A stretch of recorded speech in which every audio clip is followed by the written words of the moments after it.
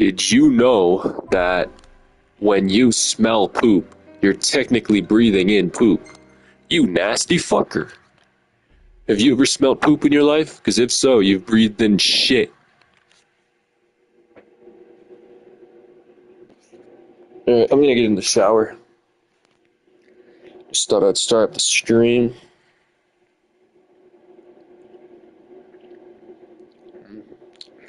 I need to make something to eat too. Ain't gonna lie. Start this stream like an hour before I'm actually gonna do anything. Yo, I don't know why. What's up, Frank, you food lover? I don't know why the channel's been so dead recently. You know, I'm still getting decent views. I'm getting like 10,000 views a day, but yeah.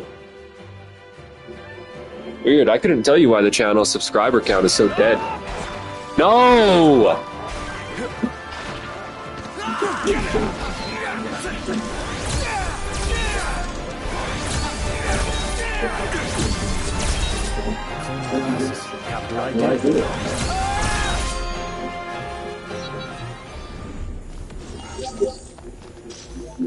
Let's go. Indeed.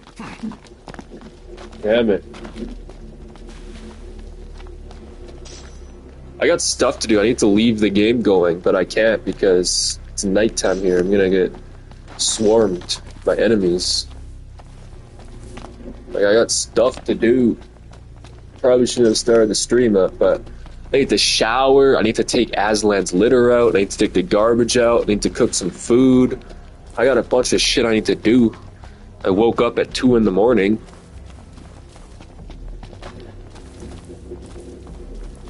I went to bed at like 3 p.m. yesterday. So I did get like a 12-hour sleep almost. I bet that's the spot lightning struck. And we're supposed to go inside? Okay, we're gonna go inside, Aslan. We're gonna go inside. What do you want?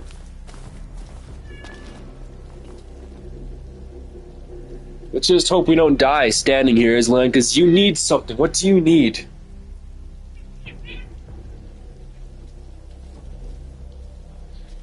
Oh, I'll tell you one thing.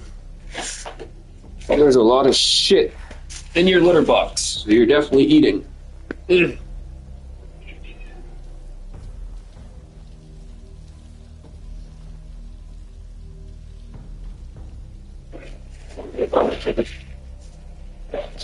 But that is gross.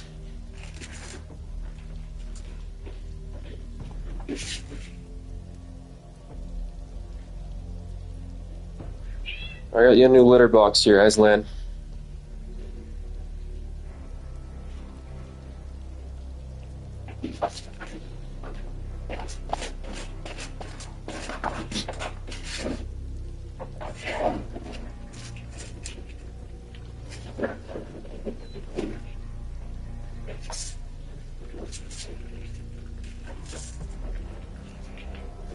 There you go.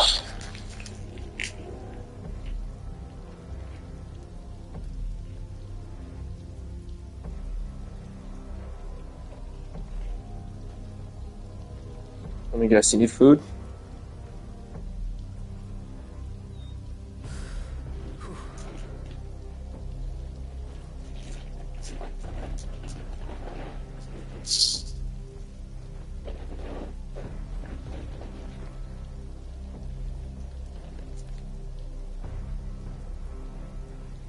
Alright, you should be good for now, Aslan. I got stuff to do.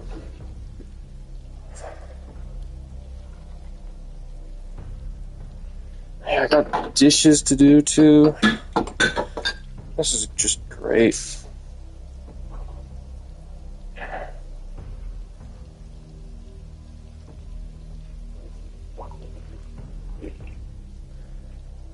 Before anything else, I'm gonna shower.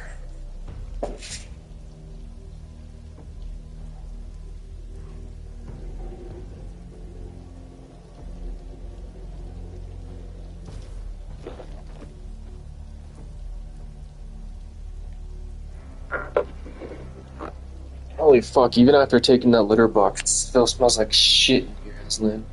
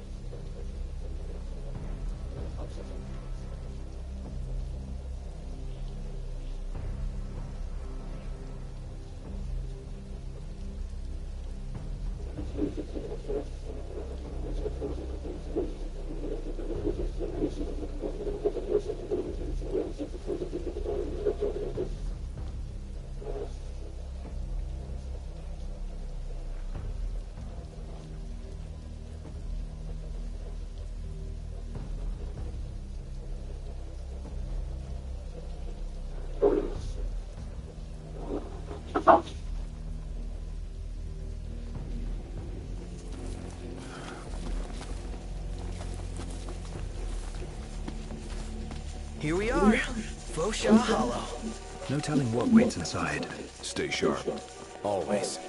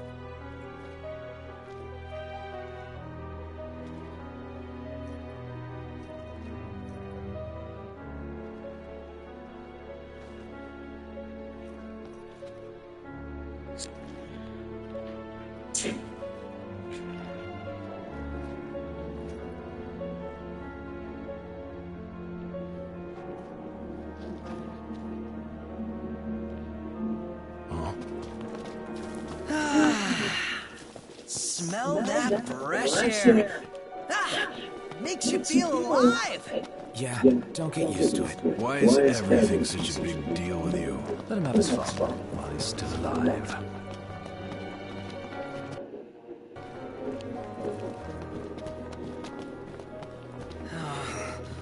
We're drifting into the deep end. I can't quite make out how deep it runs. Only one way to find out, right?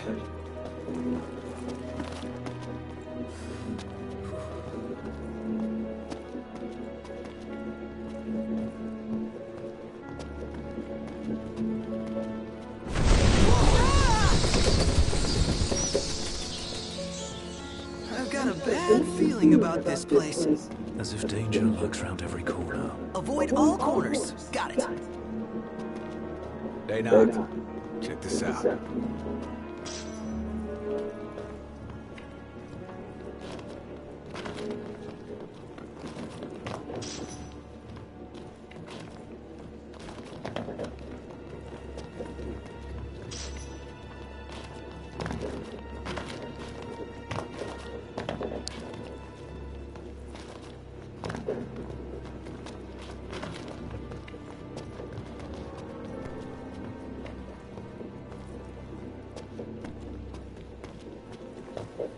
I should be able to slip through. Let's see.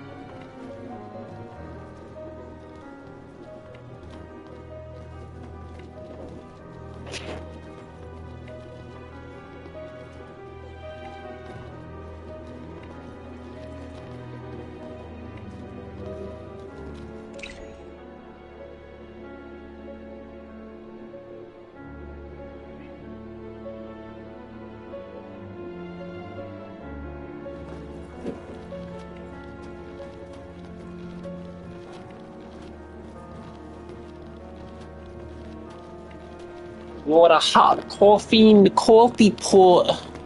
The coffee, you pour the water. Oh, that nigga. Let's go riot in LA. Let's go fucking riot. I'm gonna loot all the stores in Los Angeles. Squeeze. It's not fair. Why do the black people get to loot stores? Easy for me, though.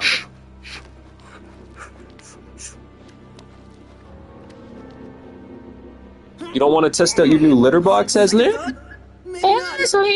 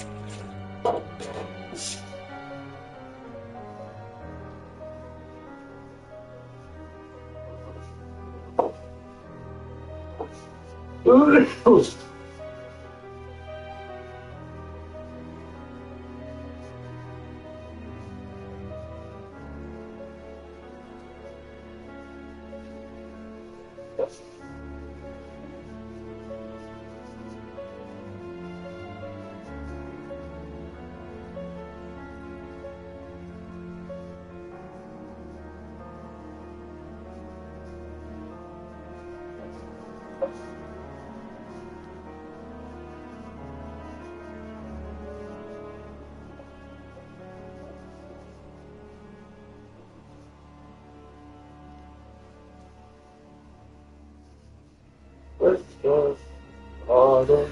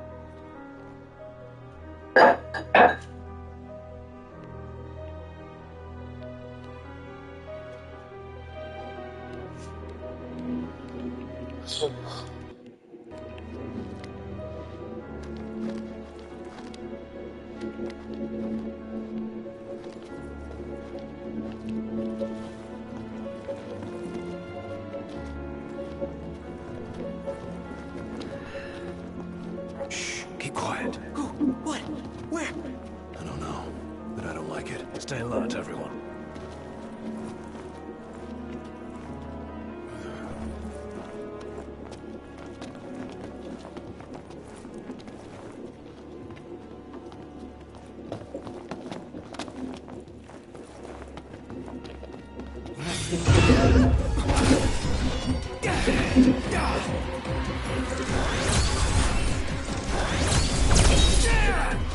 to fruit daddies in the dark. Not another one out.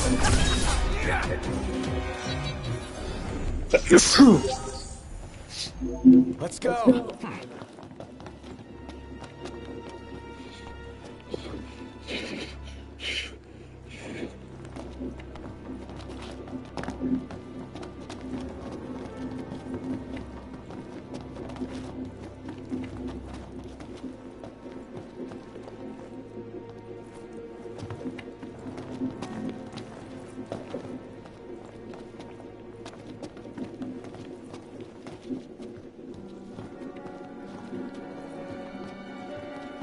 I guess we could crawl through. Don't lose your head.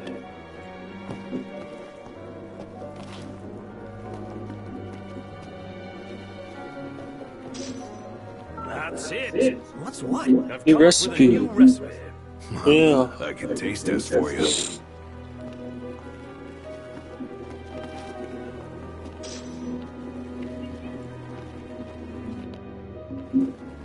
Cut it out, man.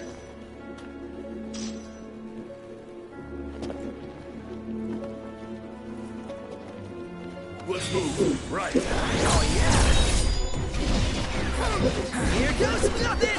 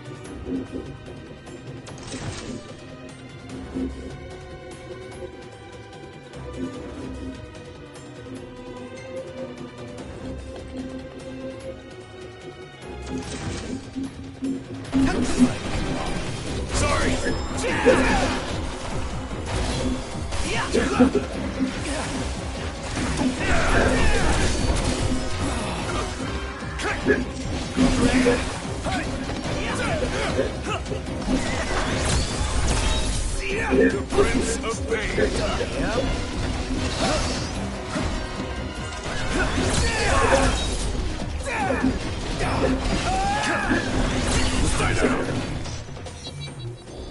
We all good? Better than good. Good to go.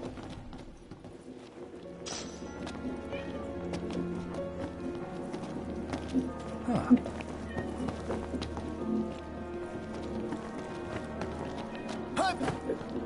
Shut up.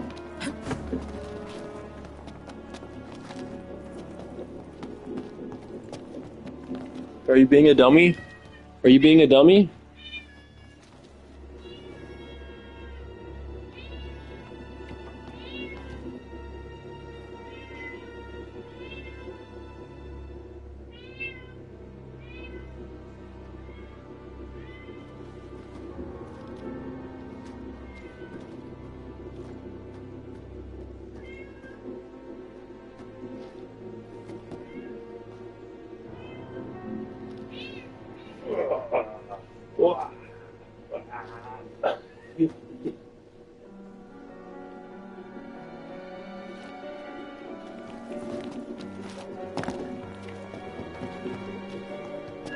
It never ends. No.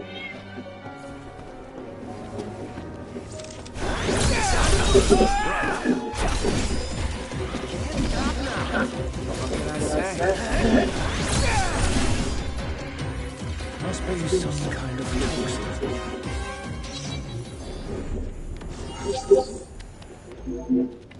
Onward. Right.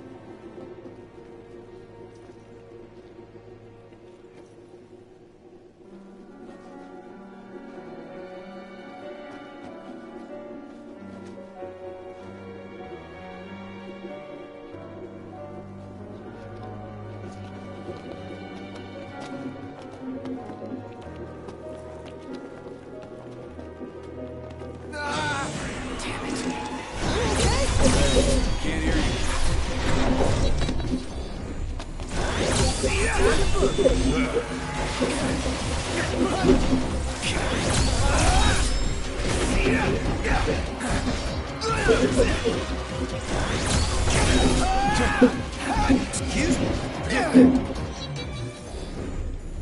Nothing to it.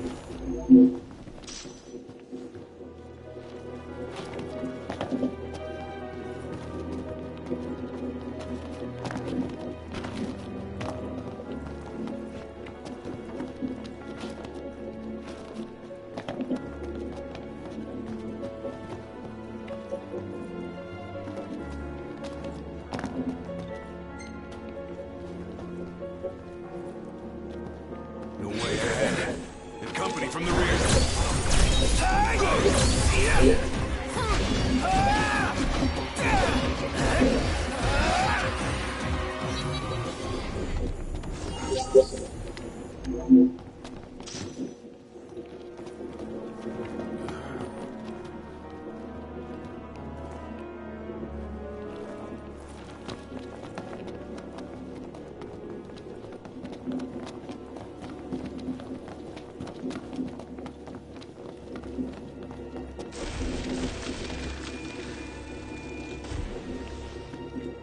You think we can fit through there? Gotta try.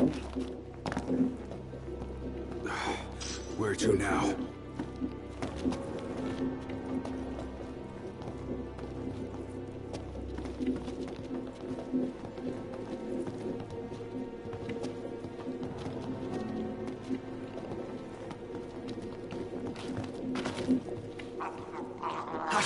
Hold on a sec.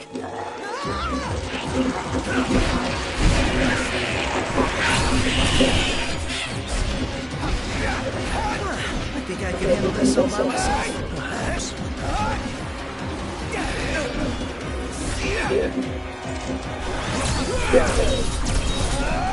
This doesn't look good.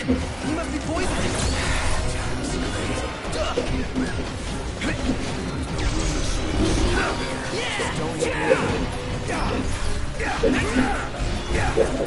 Get lost.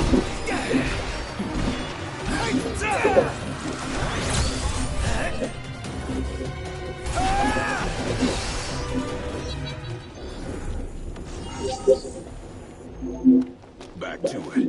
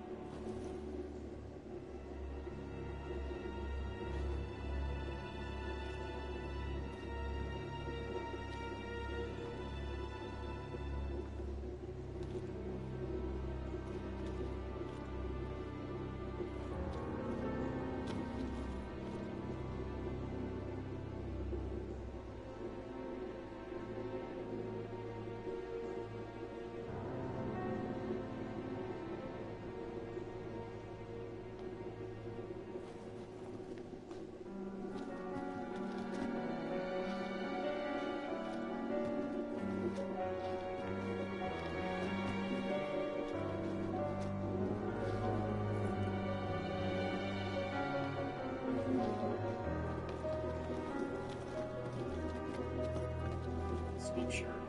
We're seeing this as well. The sense that she's a target by creative energy. Like, his is the constituents of his. Don't line up, and there you go. See where Bert did wrong. That he had to make a sculpture his way. And now you guys are totally missing this. This is the thing I didn't really. It's like you can't, like, you're gonna have to wait to see what you have to do to make it for everybody. Sculpture, putting it on her front lawn, it's actually like sculpture for her on the front lawn. It's like, it's weird, right? It's, you know, it's not what you should get someone about it. To let me kill it. Yeah, no, it's like a good angelic Dr. Playg. It's a good one. Did she make you make any adjustments to it, or was she like, okay, I'll accept it as it is? No, I mean, I don't think she was that happy with it. Because again, I like the ones who sculpture themselves. I always admired Daniel. I always admired Daniel worship. And I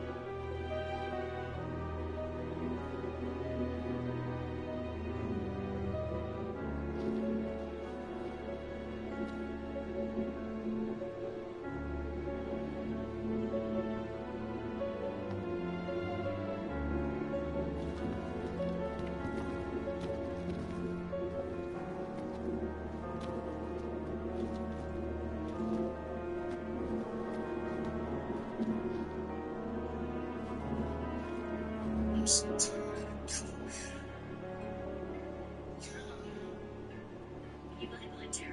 Yeah? I can professionally say emergency is not an emergency. Currently, I think it's not I can use this much ever. Collaboration with Street Fighter. That's kind of insane. I would say there were so as the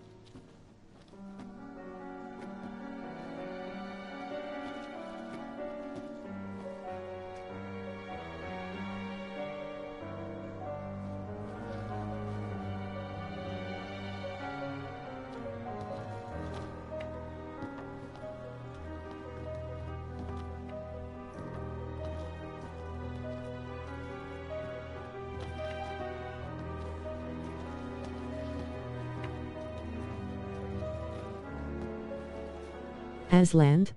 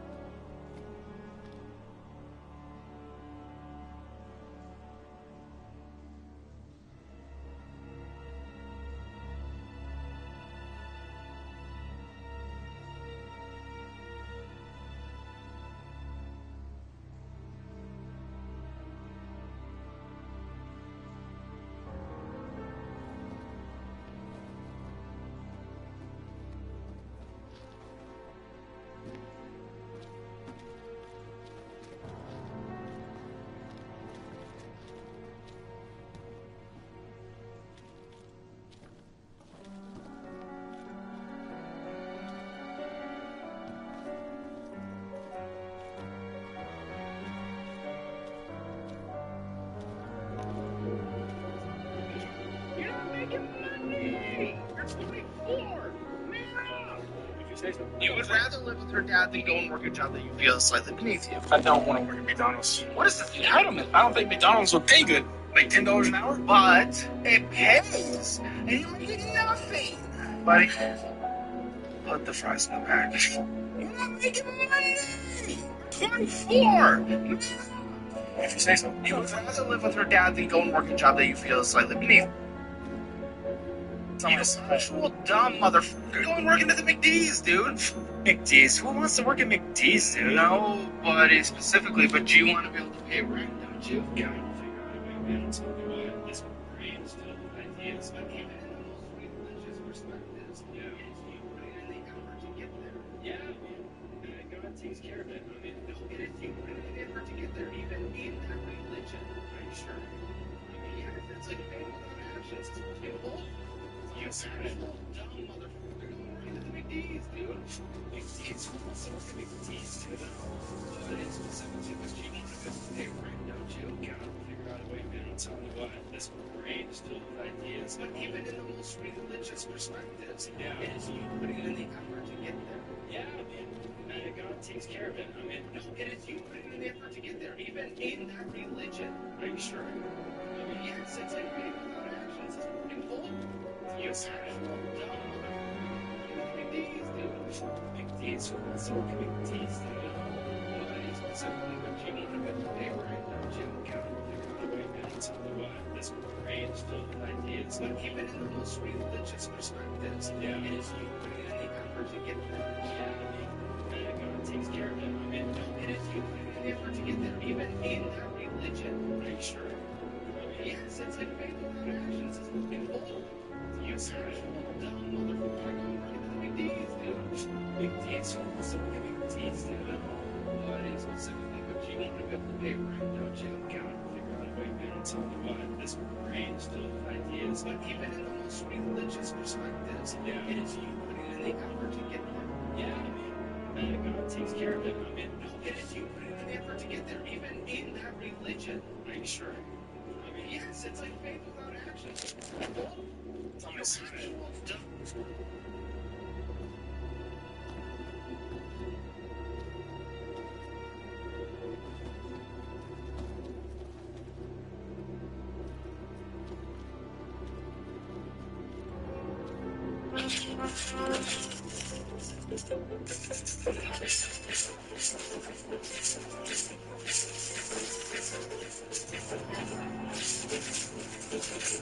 So Donald Trump and his people are absolutely furious today. There's a new leak coming out from intel regarding the attacks on Iran. Let's take a look together. It's coming from CNN. Early assessment from the Defense Intelligence Agency, which is the Pentagon's intelligence arm. And we do want to emphasize that the intelligence, of course, is ongoing. The collection is ongoing, and the assessments as a result of that intelligence could change. But as of right now, the DIA has produced this intelligence assessment that we are told was based on the battle damage assessment that U.S. Central Command has done following those massive bombings and strikes that the U.S. carried out inside Iran last weekend. And what we are told is that based on the assessments of the damage that these bombs implemented on these nuclear sites, that as of right now, it does not appear that they ended or obliterated Iran's nuclear program. Instead, they only set it back by months, according to people who were briefed on the assessment. Now, these findings are obviously at odds with President Donald Trump's repeated assertions that the strikes, quote, completely and totally obliterated Iran's nuclear enrichment facilities, something that has been echoed as well by Secretary of Defense Pete Hegseth. But we did ask the White House for comment on this. So this is actually a major report, and I noticed in an earlier thing where Trump was swearing. I showed you guys in the last video, and then he was going off about CNN, which was, I thought his regular rant. But it appears to be directly related to this. This is Trump's rant. You can see where he's really mad about CNN. Come watch. It was dark with no moon, and they hit that target with every one of those things, and that place is gone. But when I see CNN all night long, they're trying to say, well, maybe it wasn't really as demolished as we thought. It was demolished. If you take a look at the pinpricks, and you see that place is gone. And I will say, I think CNN ought to apologize to the pilots of the B-2s I think that MSD and C ought to apologize. I think these guys really, these networks and these cable networks are real losers. You really are. You're real losers.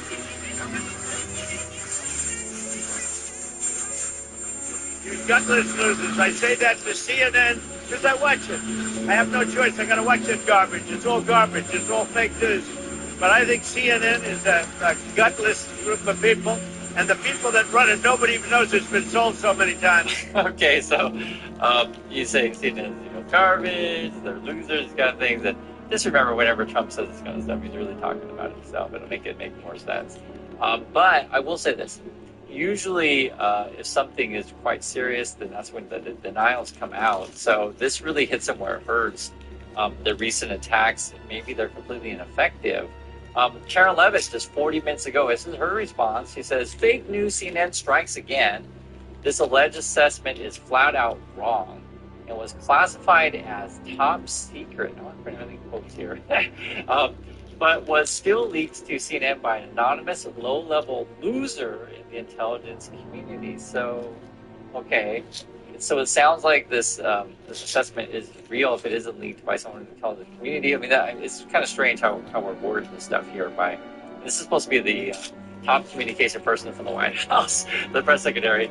The leaking of this alleged assessment is a clear attempt to demean President Trump and discredit the brave pilots who conducted a perfectly executed mission to obliterate Iran's nuclear program. So they try to make it sound like that you're attacking, the bravery of pilots or the military, etc. You release a report just saying, hey, this is the damage assessment. They're trying to gaslight you, basically. And then we also see here, everyone knows what happens when you drop 30,000-pound bombs perfectly on their targets, total obliteration. I mean, I think that's a pretty weak to say, hey, guys, we dropped bombs on it, therefore it must be destroyed, opposed to actually looking at, evidence and intel what the assessment is, and that's essentially what came out. And then when in doubt, blame Biden or Hunter's laptop. For real. This is also her tweet, Karen Levitt. This CNN story was written by the same reporter who wrote the first very fake news story claiming the Hunter Biden laptop was disinformation. So, and people were saying, when are we going to start blaming Biden for the failed ceasefire or, the situation in the Middle East? Well, it's already happening, guys. You knew it was coming.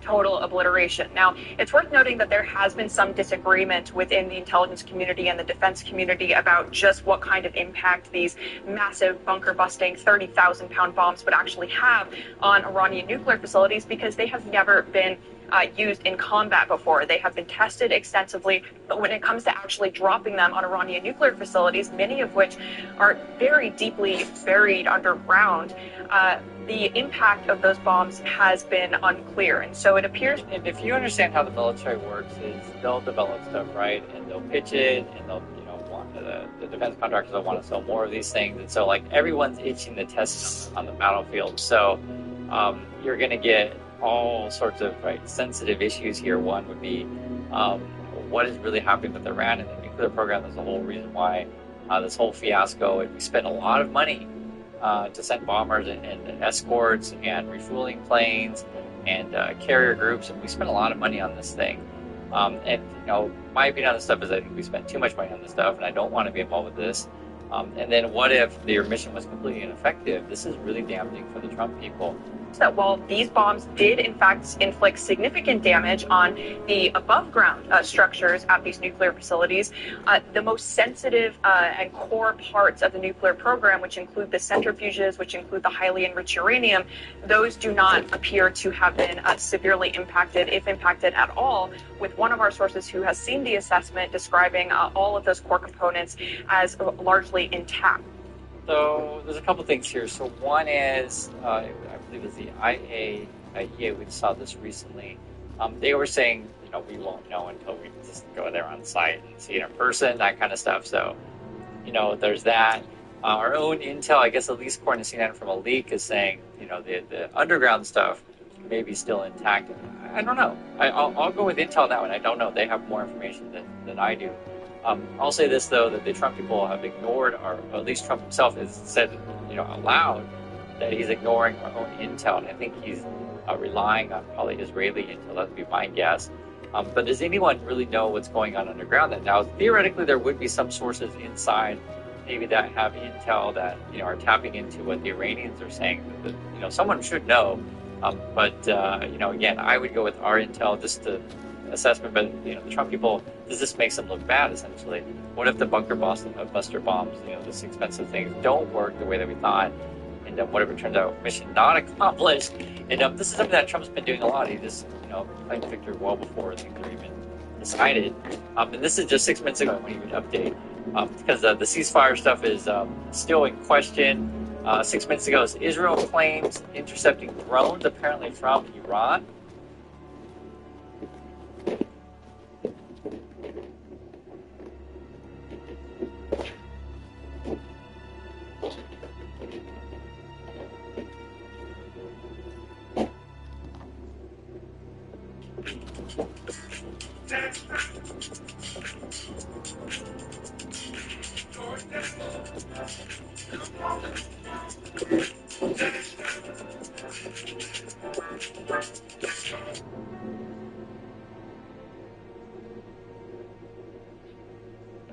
The Israeli military says it intercepted 2 drones headed to Israel outside the country's territory. It claimed the drones were apparently from Iran without elaborating.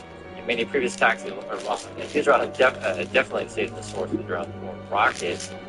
Then you have this one, and it's hard to know what's going on over there, to be honest. I read these headlines. I'll read it with you guys. 11 minutes ago, top IRGC general appears publicly after rumors he was killed. No idea about this kind of stuff. I mean, it's hard to make, like, you're supposed to be dead. What are you doing out there?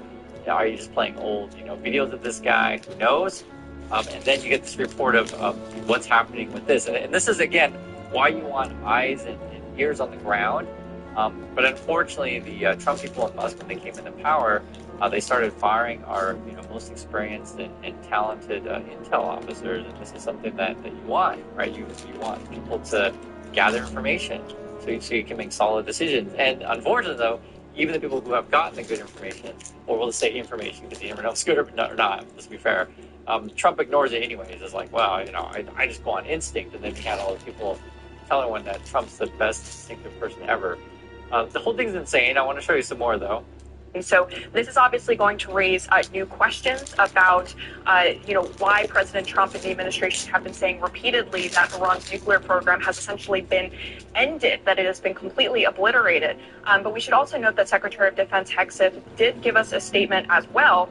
And he said that based on everything we have seen, and I've seen it all, our bombing campaign obliterated Iran's ability to create nuclear weapons. It's funny because I think the Trump people are definitely on the script because they're always in the same word, obliterated, right? I mean, you could say destroyed, you could say trash, whatever, but they're always in the same word, obliterated. So they're on script here.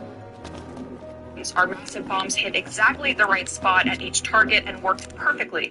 The impact of those bombs is buried under a mountain of rubble in Iran. So anyone who says the bombs were not devastating is just trying to undermine the president and the successful mission. Now, it is worth emphasizing again that while the damage, we are told, according to this DIA assessment, was largely limited to the above-ground structures, those above-ground structures are not insignificant. They include sites' power infrastructure. They include some of those facilities that are used to actually turn uranium into metal for bomb making. But again, this very early assessment suggests that the military strikes that were carried out on Saturday may not have gone as far as President Trump has suggested they have. So pretty interesting, right? And I want to give you an update on the impeachment vote on Trump. So they did have a vote. Democrats 128 and 116. Are you okay? I guess they are to table and kill impeachment resolution. Only 78 Democrats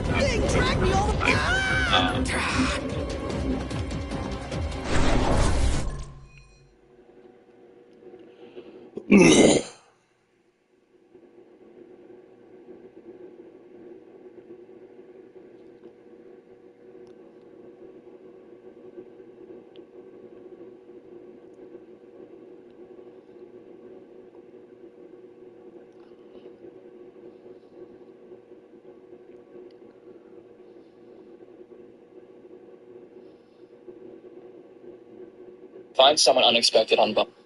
what's up, America? I'm here at a grocery store in Indiana, and let's find out if prices overall are coming down or if that shit's still high as holy fuck. So let's start with toilet paper. We have $9 for 4 rolls. That's 1 rolls for $17. You got all the it's still expensive. So here's Tide to wash your clothes, 20, 24 bucks. Still high as fuck. Same stuff. You might pay it less than about 2 or 3 years ago too. That's one thing you're going to see commonly is higher price for less product. So washing your clothes here in the United States seems to be quite the feat financially. Paper towels are also really expensive. I urge you to go to Sam's Club or Costco and get the giant bunch of them. You'll save money. $30 here. Yeah, additional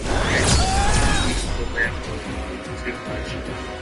Down here, at least, you alright? It's for being ridiculous. Magnesium, $15. They used to be like $2.90. Mainly because a lot of your vitamins came in China. Everything okay? Come on, stay with me. Toothpaste is higher because at least breastfeeding cheap shit. Don't just stand there. Q-tips. Yeah, notice the price of chocolate has been stable. It's actually gone down a little bit after a huge price increase. These things right here, it's $6 for us. Some are still around. They come down here in price. Thank God. Price of ice creams and stuff. They're starting to thank God. After about 5 years, big box of school ice cream, $7. These things right here were always about 6 or 7 for Joe Biden. Finally get a deal for $3. These are still high. The telephone is still cheaper than they were. Basically, the box shit is starting to come down in price, mainly because people stopped buying it. Eggo is still high as fuck. They haven't learned. It's the same with these types of ice cream right here. They were about $6 for 5 years or so, but then finally people said, we're not buying this shit. So price came down. So you have to protest with your dollars. So you see things like this, the Jimmy Dean biscuits. Those were about $7.99 before Joe Biden took over. Now they're hovering around $12.99, $13, dealing them for $10. But prices are still too high on that shit, but they were coming down. So basically, maybe open this here. Let's open these and these and these. Please. Find better shops. no, you're great. That's We just walk over the channel. This is. actually bad prices, but We should do these. We should do these. Do you want these? yeah, get those sleeves. They're cute. Do you want these ones? How cute that is. Yeah. Oh my god. Yeah, let's get the gas food. I like this one. Yeah, that's what. Yeah. Danielle Smith says Alberta is at a crossroads. An Alberta Next panel of more than a dozen people was chosen. Politicians, academics, business leaders, and more will listen to Albertans about defending the province's economy and how to push back against Ottawa. The absence of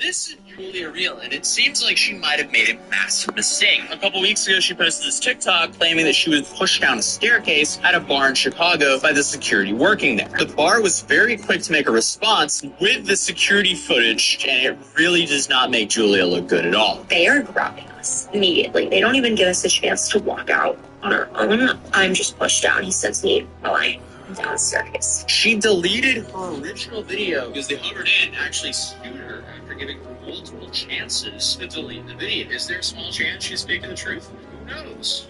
This is Julia. And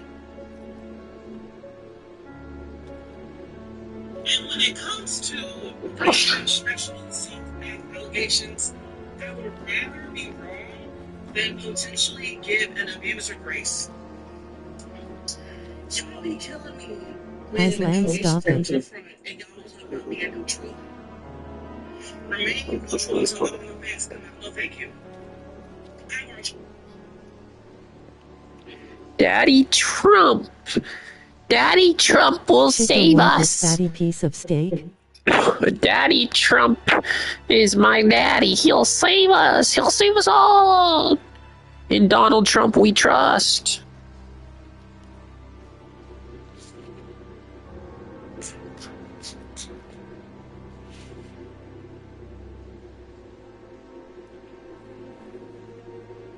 Bernie Sanders.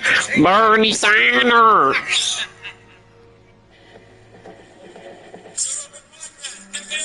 The Joe Rogan Experience. Trying my game, Joe Rogan podcast by night, all day. Mr. Sanders, great to see you. Good to be with you, Joe. Great to be with you. You've got a bunch of notes. Not all that much. Have you prepared for this? I am all prepared. Well, it's a good time for you to be in here because the world's gone haywire. Yes. Freaking fucks. See, I say the word frick because I'm afraid of swear words. So you're a freaking fuck. You freaking fuck. Yeah, freaking fuck you. I start off with Joe trying to take a deep breath and doing what is not often done. Where are we as a country today? What's going well? What's not going well? And I don't think we don't have that kind of basic discussion. And to my mind, I think in America today we're facing more serious crises than we have in the modern history of our country. This is a pivotal moment in American history, and what happens now will determine the lives of our kids and future generations. What specifically concerns you? I'll tell you what concerns me, the issue of wealth and power. All right, I'm kind of old-fashioned, and I believe in democracy. And I believe that everybody should have a good shot at living a decent life. And what I worry about right now, and this is an issue, Joe, and it's part of the problem, it's just ain't talked about very much. And I applaud, by the way, you and the other podcasters who give people the time to really seriously discuss things rather than 7-second sound bites, you know. But if you take a look at where we are as a nation today, this system is not working, it's broken. It ain't working for ordinary human beings. So you have in America today where we have more income and wealth inequality than we've ever had in the history of this country. That's just a fact. You have She's here. one man, I just know it. Mr. Musk, owning more wealth than the bottom 52% of American families. One man, 52% of the American families. You got the top 1% owning more wealth than the bottom 93%. You got CEOs of large corporations making 350 times what their workers make. And meanwhile, in this richest country in the history of the world, working class people are getting decimated. Today, and again, we don't talk about it in Congress for reasons that I hope I can get into. Yeah. We don't talk about it in the corporate media. 60% of Americans are living paycheck to paycheck. Now, I grew up in a family, I don't know your background, but I grew up in a family, lived paycheck to paycheck. And anyone who lives paycheck to paycheck understands that every single day is a struggle. Oh my God. How you feed the kids, rents, cost of housing in America off the charts, healthcare off the charts. So right now, as we talk, there are people worrying. My landlord, is going to raise my rent by 20%. What the hell do I do? Where do I go? What schools do my kid go to? How do I buy decent food for my kids? My mother is ill. How do I afford prescription drugs for my mother? My car breaks down. So if you have money, no one thinks of it. Your car breaks down, go to the mechanic and get it fixed. You know what? A lot of people don't have $1,000 in the bank right now. If you don't have $1,000, your car breaks down. How do you get to work? If you don't get to work, you get fired. You get fired, your whole life is disrupted. 60% of American. How much different is that than past generations? It's that we've always had rich and poor, no question about it. It's worse now. What do you attribute that to? I attribute it to decades-old attacks on the working class of this country. I attribute it to horrific trade agreements, which have allowed corporate America to throw millions of workers out on the street and move to China, Mexico, and other low-wage countries. I attribute it to a corrupt political system in which billionaires have significant control over both political parties. So that, for example, right now in Washington, the national minimum wage is $7.25 an hour. So you got millions of workers today, making 10, 12, 13 bucks an hour. You tell me, how do people survive on 13 bucks an hour? When we were kids, or at least when I was a kid, you worked for a large company. You had something called a defined benefit pension plan. That means you work for me for 30 years. When you retire, you're going to get X hundreds of dollars a week. That's long gone. Corporations have gotten rid of that. So you got something like half of all the workers in America have nothing in the bank when they face retirement. So I think, to answer your question, I think you got a rigged system controlled economically and politically by very, very wealthy and powerful people who could care less for working families. Now, I don't want to romanticize the old days because that would not be true. But there used to be a kind of a culture. If I was a boss and I ran a factory, I had a little bit of concern for you, right? In general, I would say, I know your wife, how's your mom doing and all that stuff. That's gone. You got these companies that are owned by other companies that are owned by supranationals. We got involved in my office. We used to be the chairman of the Labor Committee, Health, Education, Labor, so I got involved in all that stuff. Pee pee poo poo. So we call it the company, and we say, we're going to health care for your workers. Well, we don't think that it's owned by somebody else. Call somebody else, well, we're owned by somebody, it's just huge. And these guys don't get it. And these workers, so I would say that the economy becomes less and less personal. You're almost near my work, I don't care about this. Right now, international laws allow you to exist. And there's also a diffusion of responsibility because it's not even in your hands. Exactly. So the local boss might say, listen, we're really sorry to make a decision. Right. It's like a down. So you have all of that. And you have, and then just look at what you tell me about the healthcare system. Does anybody in America think this healthcare system is working? Well, you can tell by the assassination. When the assassination of United Healthcare, when that happened, there's people celebrating. When is there ever someone gets assassinated in the streets of New York City and people celebrate? It's when it does speak to how people feel about insurance coverage. And I think rightly so, because it's not what you're paying for. What you're paying for is you're hoping that you never get sick, but if you pay your insurance, you will be covered. What they're trying to do is make it as difficult as possible for you to get money from you. More money, more opinion, but you bring money up. And that's the bottom. And when you're dealing with these enormous corporations, like we're talking about this diffusion of responsibility, the people that are doing it, so this is what I have to do, this is my job. They don't even think about it.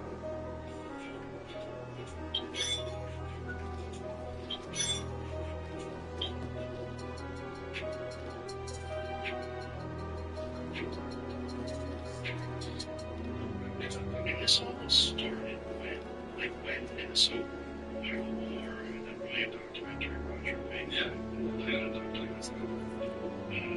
he's very good. That documentary is fantastic. And it shows the impact of a corporation taking over the factories, moving them away like that with no warning, no recourse, nothing anybody can do, decimates basically all of Detroit. That's right. If people don't know this, Yeah. my memory is correct. Detroit used to be in the 50s. Third richest city in the world. Yes. Yeah. We've talked about it multiple times. It's disgusting. Especially me as someone who loves American automobiles. I'm a big fan of what Detroit made during that time. And to see what happened to Detroit now. The last time I was in Detroit, it actually seems to be picking up. There's a lot of small businesses and a lot of artists and a lot of people that are proud to shine on that proud to be in Detroit. But there's just so many abandoned buildings. It's insane. You can buy a house there for $500. It's really crazy. Like giant factories where every window's smashed, all pipes have been torn out, and it's just this hulking. That's not just Detroit. Right. I should say. I mean, that's unsustainable, right? I think so. Yeah. I mean, look, if we are, and again, it gets back to what we want as a nation, but you had nations, I think, that I could make was a child 25 cents an hour. What was the 5 months ago? And I'll never forget, Joe, early on when I was elected to Congress, this was, we had an after. I went to Aquila. You know what that is? No. It's a special zone in northern Mexico, where the government, they have, this is back decades ago, allowed American and other European corporations to settle income tax rates there, so it attracted all these corporations. So I went there with a congressional delegation, and this is what I saw. You saw these beautiful factories. Now this is 25, 30 years ago. And we said, I want to see what the work was like. I'll never forget this. You know those large cardboard boxes that refrigerators come into? Yeah, slopes as well.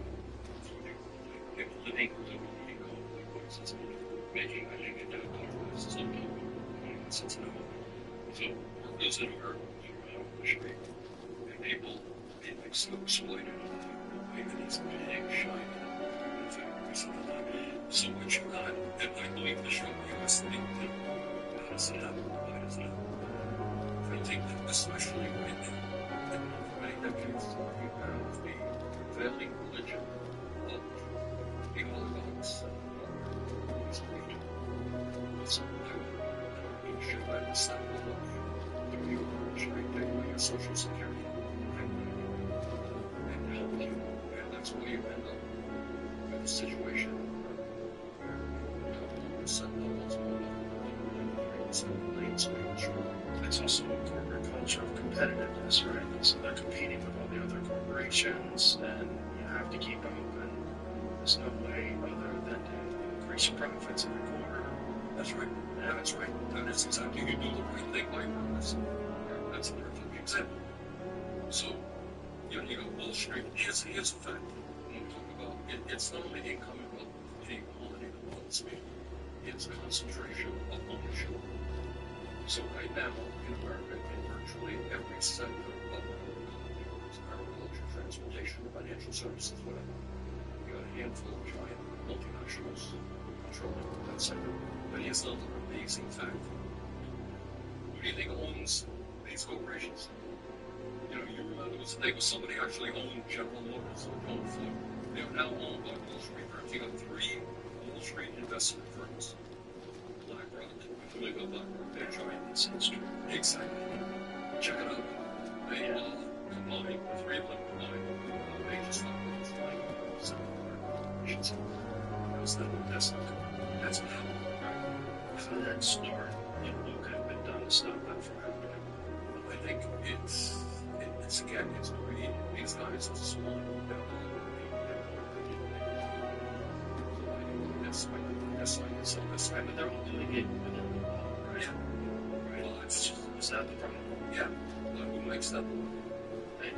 Now, want to go to another issue? Yeah. Which is very rarely discussed. All right. Really rarely. Right. All right. Hang on. There we go. And it's the problem I think that we face as a country is not just the economic disparities and the stuff that we're talking about, the chain retreat anymore. It is political. Right now, and I doubt that there are many Americans, whether you're progressive as I am, right-wing Republican, I don't think people can disagree that we have a corrupt campaign finance system. Argue with me. No, I agree with you. Yeah. So we don't know what it is. Okay. As a result of the Citizens United Supreme Court decision, because it's 15, 16 years old, what it says is we're really now. You have now the constitutional right to put your money into freedom of expression. Right? So you don't like Bernie Sanders, you can put millions or hundreds of millions of dollars into the campaign and express your view about what Bernie Sanders is. Right? You can buy that much right by the Constitution. I think that's probably the worst decision. Supreme Court's ever made. What's the result of that decision? The result of that decision, latest that we're today, is that the law was unreachable. Easier loss than yeah. And we don't call it, but he spent $270 million to control his restaurant. I think that's absurd that any one person. What's the most someone donated towards the Harris campaign? They spent a lot of money on Harris. They spent $1.5 billion. She's like, of course, I'm going to let me talk. So, the States Republican, that's my point here, right? So, once he has that money, it was his recording, he loves much of the person. So, again, I'll get out right now. I just saw this the other day. You are so anyway, when you say, there's a reconciliation, which this is a Trump's big, beautiful bill that's going to be legally so let's say you're a Republican representing a local commissioner. And you say, we've got a lot of people that dedicated to district kids can't get to college and worry about food programs. So I don't think it's a good idea to get a tax raise that really has to come back. But again, you make that announcement today. We haven't seen it. It's over. And then the swarm comes from it. You got it. Yeah, that's what it is. It's already been established, right? These laws have been established. The power has been given to these people. Money that's started flowing. It's been flowing for a long time. And this is the issue with starting something that you can't stop. You can't stop it. You can't stop it. And you can't stop it. Okay, but if you do stop it, all these people are going to throw all their money at stopping you from stopping it. They're going to come out with mass commercials with American flags. This country is all about competition and freedom. And freedom to donate to the party of your choice. Stop these kinds of things. Their heads a little bit.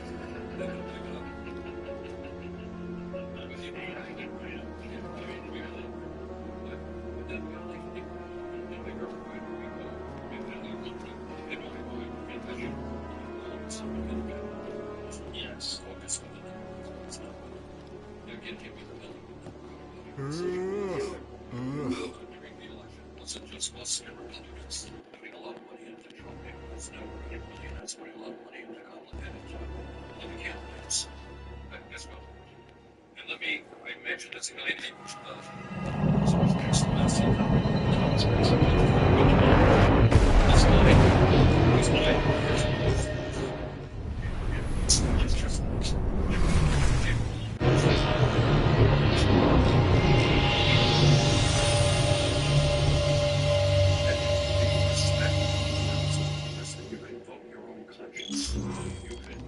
Send your constituency every district is different than our government. This is it. Right now, anybody stands The power of the storm. I expected more fire and brimstone. Some gods are friendlier than others, I guess. Not all of them. Perhaps you'd better console her in person. Just a boat ride away. Lose that scowl along the way. Squarespace gives you everything you need to offer services and get paid all in one place. Whether you're running consultations, events, or custom experiences, you can build a site that looks professional, add videos, and even put premium content. Hey, it stopped raining. It's all in one Guess place. Rama finally got sick of showers. SEO tools that help people Up there, it's huge. Way bigger than the last one we saw. For a free trial.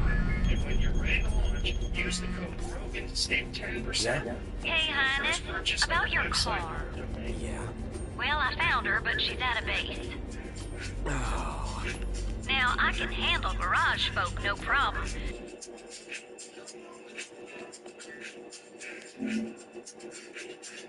But sweet talking the Empire? That'll take some doing. Don't worry about it. Yeah? We'll figure it out. You sure about that? Yeah. Thanks for the heads up. Later. Who was that? Cindy. What? You can't talk to her like that. Yeah, I can. I just did. And does she have any choice words for you? Yeah. The regalia's at an Imperial base. Oh boy. Guess that just leaves one question. When do we retrieve her?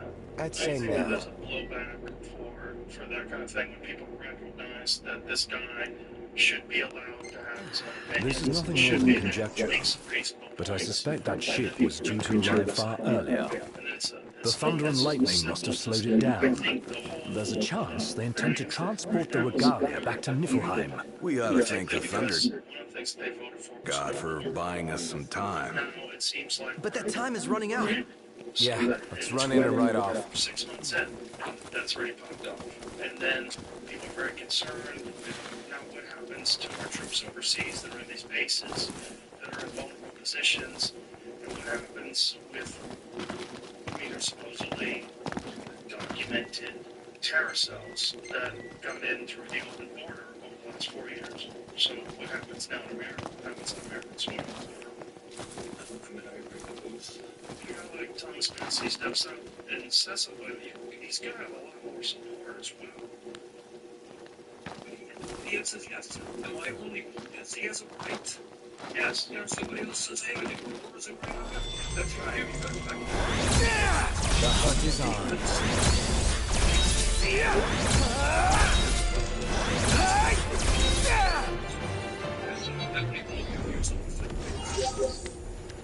No use hanging around here. Indeed. It's a terrible terrorist organization. They killed 1,200 people, which in a small country like Israel, a lot of people. Terrible, terrible, terrible. Small threat. Israel had a right, in my view, to defend itself. But the Netanyahu government did not have a right to kill 52,000 people in Gaza. Well over 100,000. And right now, as we speak, Joe, children are starving to death because of Israel's blockades. Yeah. Starving to death. And we brought forth 2 resolutions, which basically were very similar. And we said, no more US So now, military aid. right now you're still gathering your powers, but Camping sucks when it rains. 15 votes in the Senate. The other one got 16.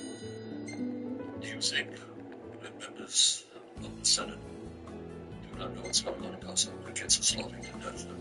Innocent people are being shot down by bullets. Do you think they would get one of those?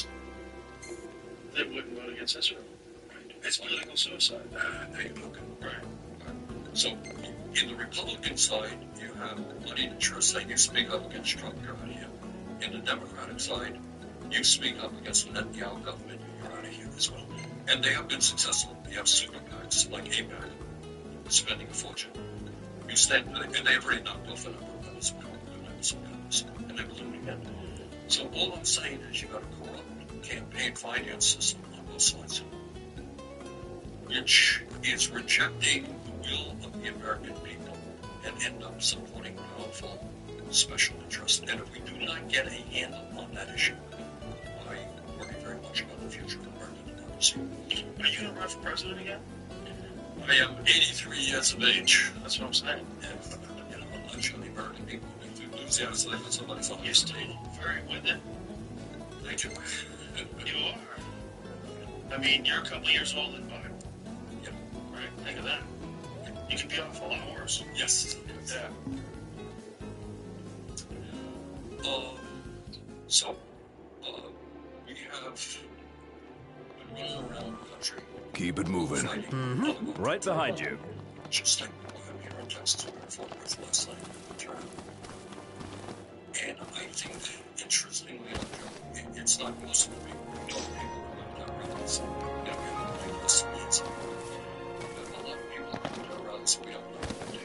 We know some of them are Republicans and some of them are independents and people are independents. Because I think across the board, there is growing dissatisfaction with the current politics in America, both parties. And people want a new vision for America, which is also something we don't talk a whole lot about.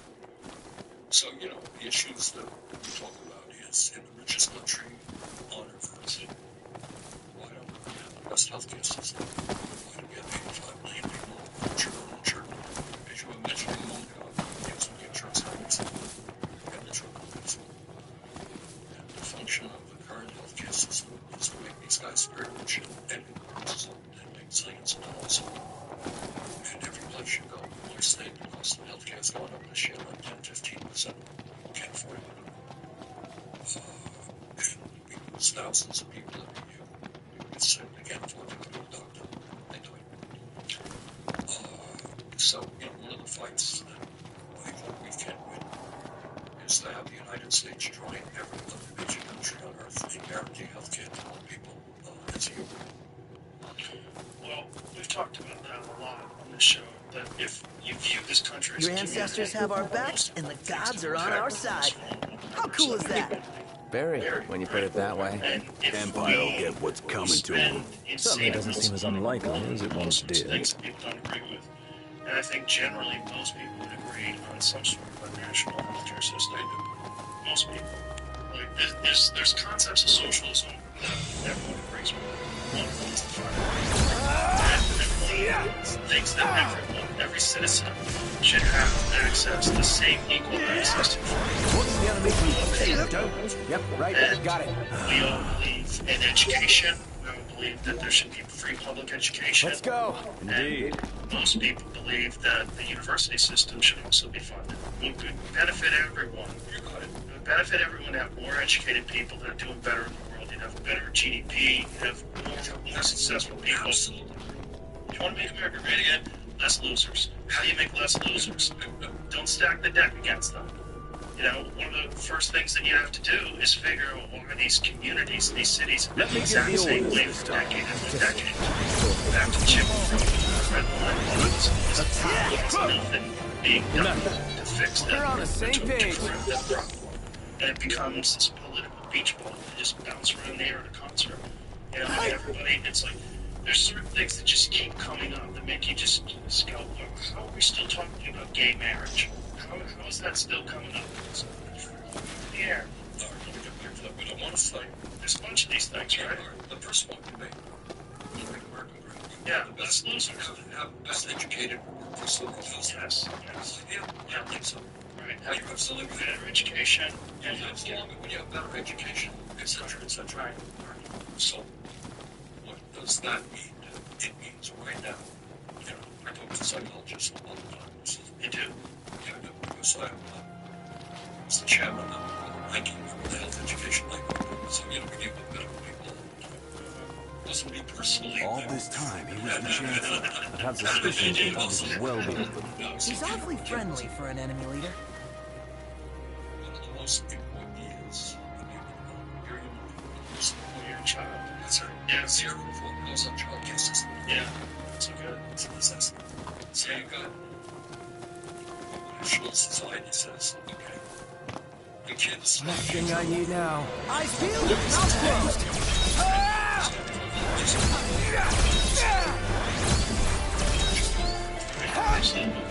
Hey, where'd you learn that one, Knock? Time for some action.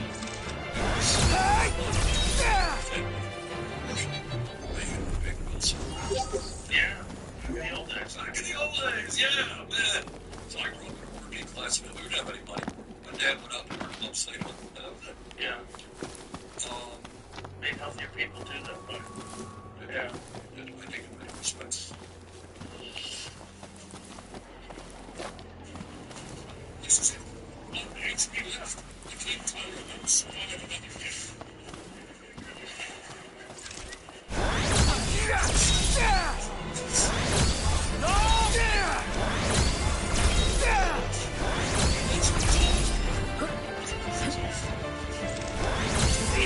Tire me.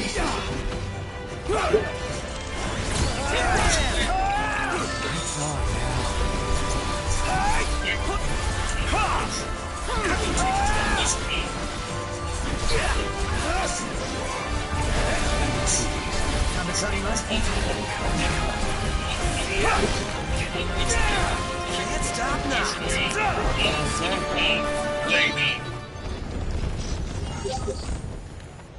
Onward.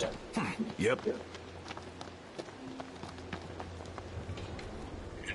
Well, something happened where they sort of devalued the woman's role. We're outnumbered. I propose we take them out one by one. You propose a way to finish this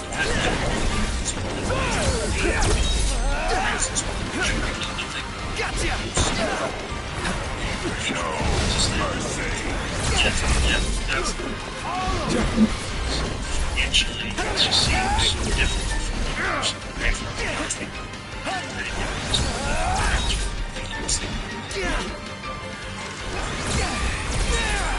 Come a long way, Pronto.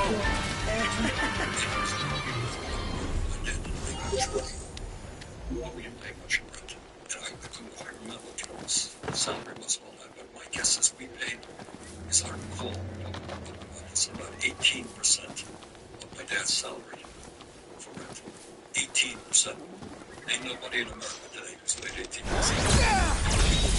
That's why you need since you pay 40%, 50%. Yeah. But getting back to this thing, education, I just keep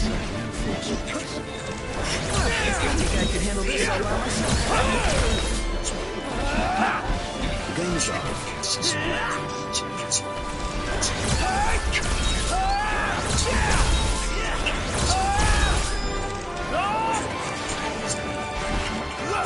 Tell that shit. Never knew I hit him.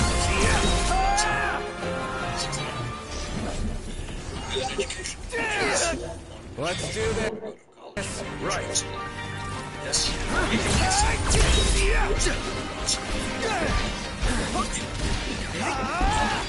This is failing. This is based on greed. Not on need. That's that. This should take. Outstanding. Yep.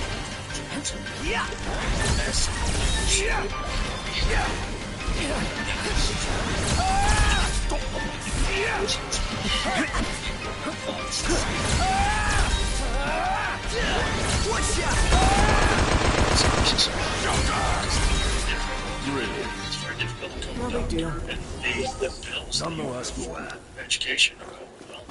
You woke up, let's just say, tomorrow you announce to the world you're giving up this podcast, you want to go to medical school, all right? You got it? Yeah. You know how much, probably money, you know how much you're going to graduate medical school with that? Probably $250,000 easy. Double. Really? Yeah, I'm not, yeah, obviously it varies per person, but it is not unusual for guys, you know, people in class homes. What is the king? Knocked. Overhead. Versus, I don't know what you're doing. That's insane. It's insane. Yeah. We need one doctor, Sergeant. I want to encourage you, child. You like to go to medical school. Hey, good news, we're paying your tuition.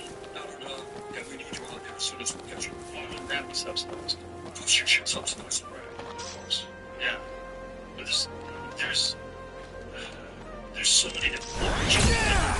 Like, imagine if you had the around and had consumer against you. You actually became the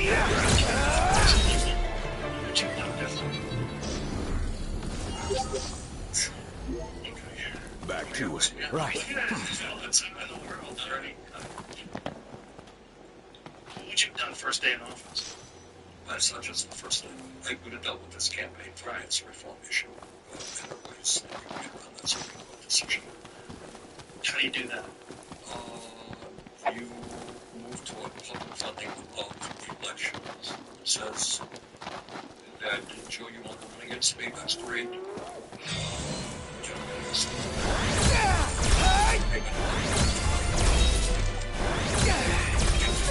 Signatures. That's your serious candidate.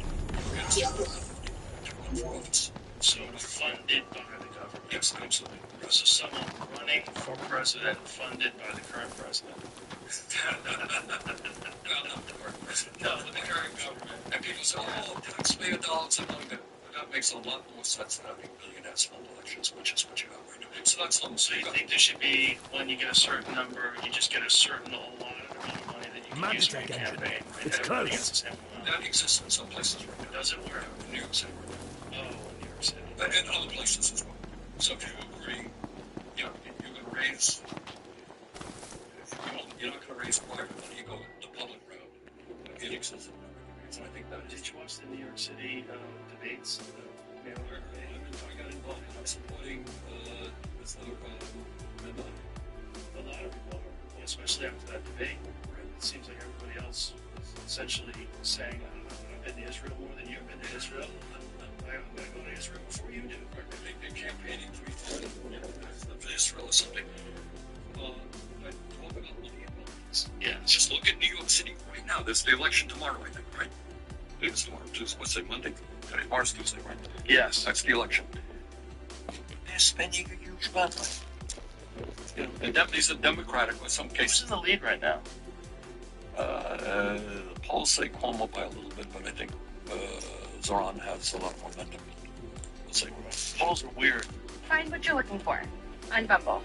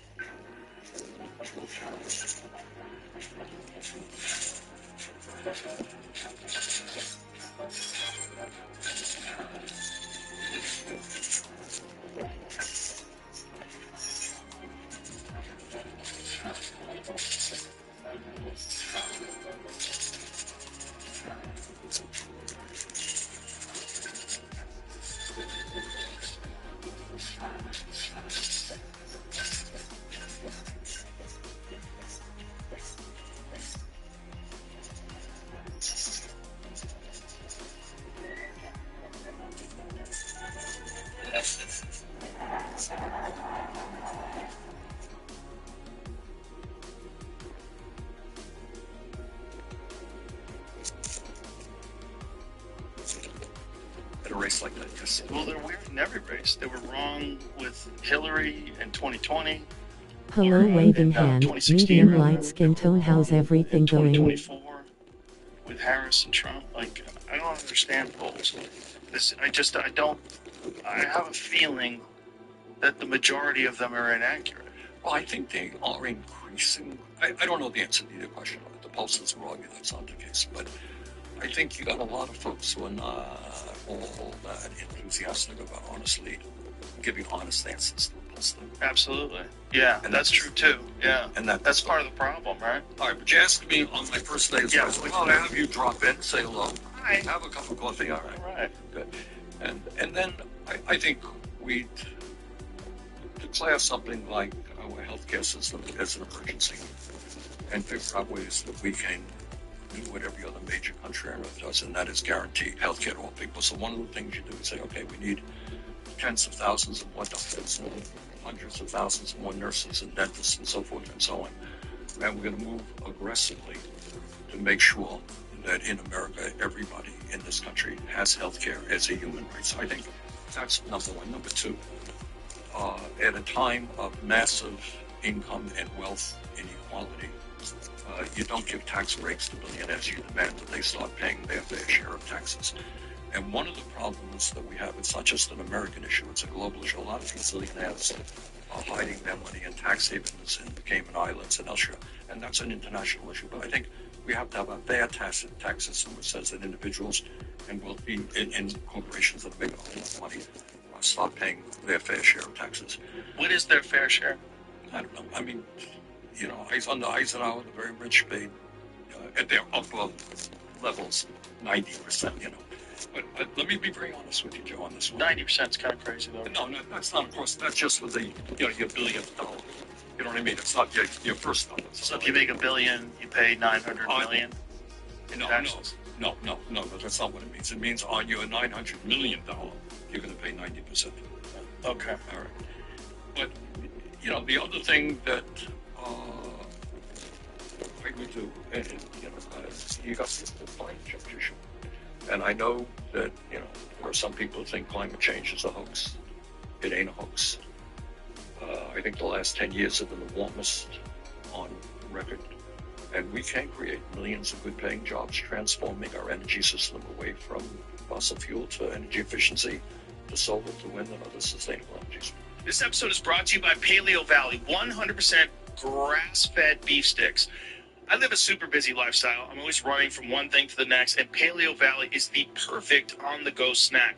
These beef sticks are legit. No junk, no garbage ingredients, just pure, clean protein fermented the old-school way, so they're shelf-stable without chemicals. That is huge. And the fermentation part, it's actually good for your gut. Most people don't even think about that, but if you care about performance, you have to care about your gut health. Hello!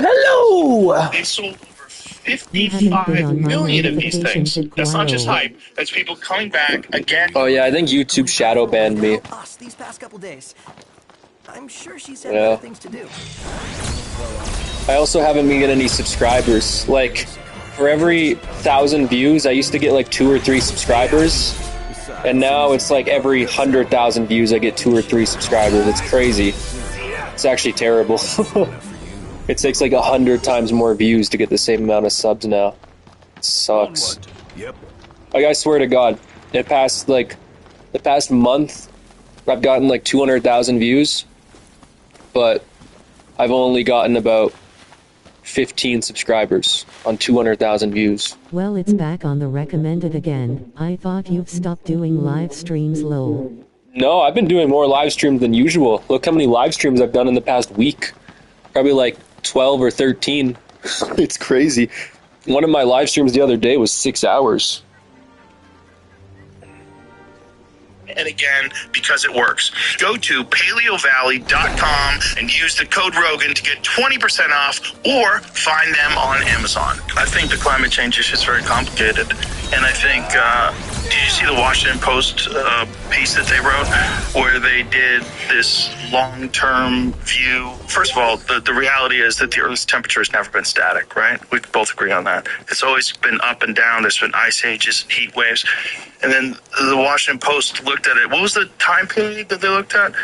That essentially they found that we're in a cooling period. What game this is? That the Earth over the past X amount of years, and this is Final Fantasy 15, my second favorite game of all time. It's almost 10 years old now, but look, still looks really good for a 10-year-old game, eh? Does not look 10 years old. It looks like 2 or 3 years old at most. It's 10 years old. a very inconvenient discovery, but they had to report the data, and kudos to them for doing that. Scientists have captured the Earth's climate change over the last 485 million years. Here's a surprising place we stand now. So look at the far end of that graph, and you see we're in a cooling period. Well, I'm not sure. I didn't read that article, but you know, the scientists who are out there, I think. I know, but there's a lot of money involved in that too, Bernie. That's part of the problem. There's a lot of money involved in this whole climate change emergency issue, and there's a lot of control, and that's a big part of this problem. Not only that, if we're just talking about primarily carbon and carbon footprint, what are we going to do about China? Because China is like, what percentage of... They are the major polluter right now in terms of carbon. We're number 2. We used to be 1. They are number 1 right now. I think they have an enormous percent of the global. I think it's... Well, they're number 1. I don't know. Very high. It's very high. It's not an American issue. It is a global issue. And all I can tell you is that we are, in my view, going to see more extreme weather disturbances in the coming years than we have ever. And we're seeing them right now. We are seeing right, but the scientists...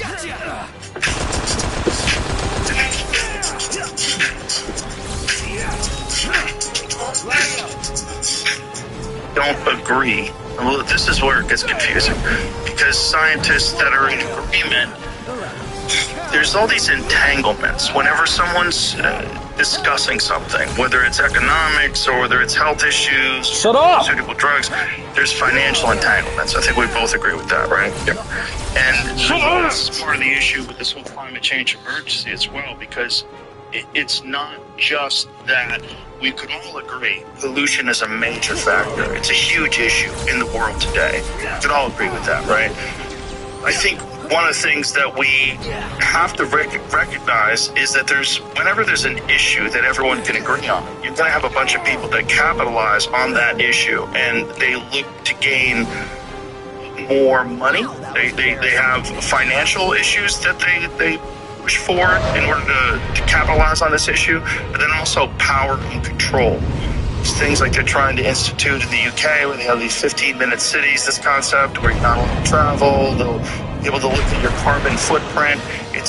See, that's the problem. The problem is giving people that are in power, these people that we've all discussed that have so much money and so much control in our societies, multinational corporations, giving them more control over citizens. And this is a vehicle for that. And this is what's dangerous about this whole climate change emergency, because it allows these fucking creeps that have been controlling people and controlling what you do and what you say and how you spend your money with people that already live in check to check, and you put additional constraints on them and you make them even more scared. And then you put additional measures where you can look at their carbon footprint, you can look at the amount they travel. What do you know, put a carbon tax on these people? Let's figure out how to extract more money from them. That's what bothers me about this climate change emergency. Not that we can all agree pollution is a terrible thing. Everyone should agree with that. The beautiful earth that sustains us and all life on this planet is being poisoned as we speak. We're killing all the fish in the ocean and sucking them out in giant numbers. 94% of all the big fish that are in the ocean are gone over the last, whatever it is. When you go to war against nature, you lose. Yeah, because you're part of nature. Loses. Exactly right. We're worshiping the almighty dollar above the mother. You asked me when I ran for president, one of the interests, it's something else to run for president, because you get around, you meet all kinds of people, and you learn all kinds of things. And one of the things that I did, we went to met with a lot of Native Americans. And one of the reasons is, their tradition was, going from way back, respect for nature. That they understood way back when, that you kill off all of the buffalo, you ain't gonna have nothing to eat, right? Right. They understood that. You understand that you live in harmony with nature, which is, I think, what you're talking about. Absolutely. And if you lose that harmony, I worry about the future of humanity in general. Which is the problem with financial competitiveness. When you put the almighty dollar above all else, that's right. Then all you think about it, and you're only alive for 100 years, so it's just hit the gas for 100 years, and who gives a shit what happens after I'm gone? I'm going to die with the most toys. Yay, I win in the dirt. That's exactly right. Yeah. And that is, which takes us to another issue. Okay. And that is artificial intelligence and robotics. Automation. Yeah, okay. Giant issue. Huge issue. All right. So let's back it up. Americans are angry. And one of the reasons they are angry is that over the last, just give you one fact here, last 52 years, you and I understand, everybody in the world understands, there's been a huge explosion in technology, correct? Mm-hmm. What we're doing today never could have happened 50 years ago. Factories far more automated, offices far more automated. I became mayor of Burlington, Vermont in 1981. There was not a computer in the building, okay? So by the way, great town. It is a great town. In any case, an explosion of technology, significant increase in worker productivity, right? We're talking to millions of people now, never could have happened before, right? That's true. Workers are producing a lot more. Tell me, how are real inflation accounted for wages been over the last 52 years with all of that increase in worker productivity? Workers doing a lot better? Not so good. Not so good. No.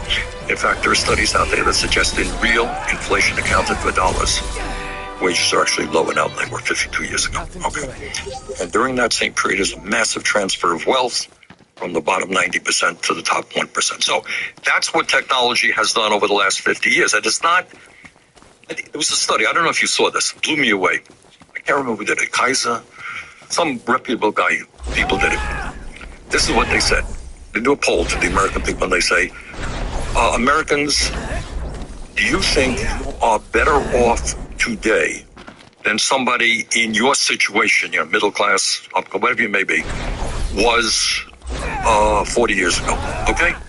Are you better off today than somebody in your circumstance would have been 40 years ago? What was the answer? What do you think? Yeah.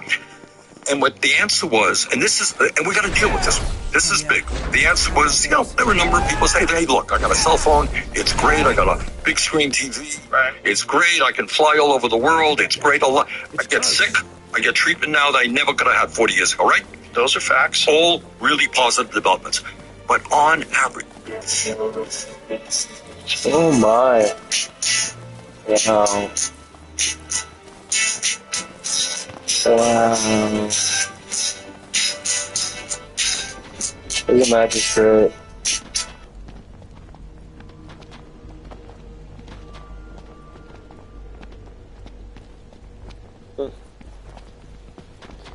Stupid advertisers.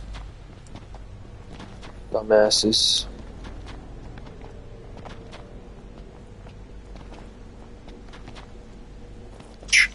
Most people said, I think this situation is worse today than it was 40 years ago.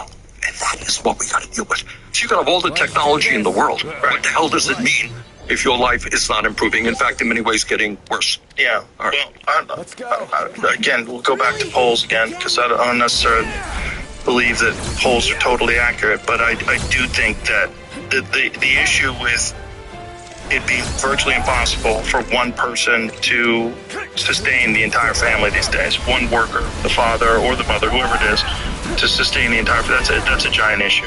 All these issues when it comes to labor, when it comes to minimum wage, I think you and I are in agreement on all these. I think the minimum wage in this country is ridiculous. I mean, to $7, what? It's insane. It's insane. How do you live off $7? You go to Jimmy John's, you get a sub. How much is a sub? How much is a sub, like a big sub at Jimmy John's? Some guy was just did a TikTok video where he's like, they're trying to say that minimum wage $15 is too much. I think he had a sub that he bought for $25. So imagine that's your lunch. So imagine you have to work 3.5 hours just to pay for a sandwich. Imagine how insane that is. That's insane. Like, how do you eat? And how do you eat dinner? How do you eat lunch? Joe, how do you eat breakfast? I have talked to people who make $10-12 an hour trying to raise a kid. Jesus. That's right.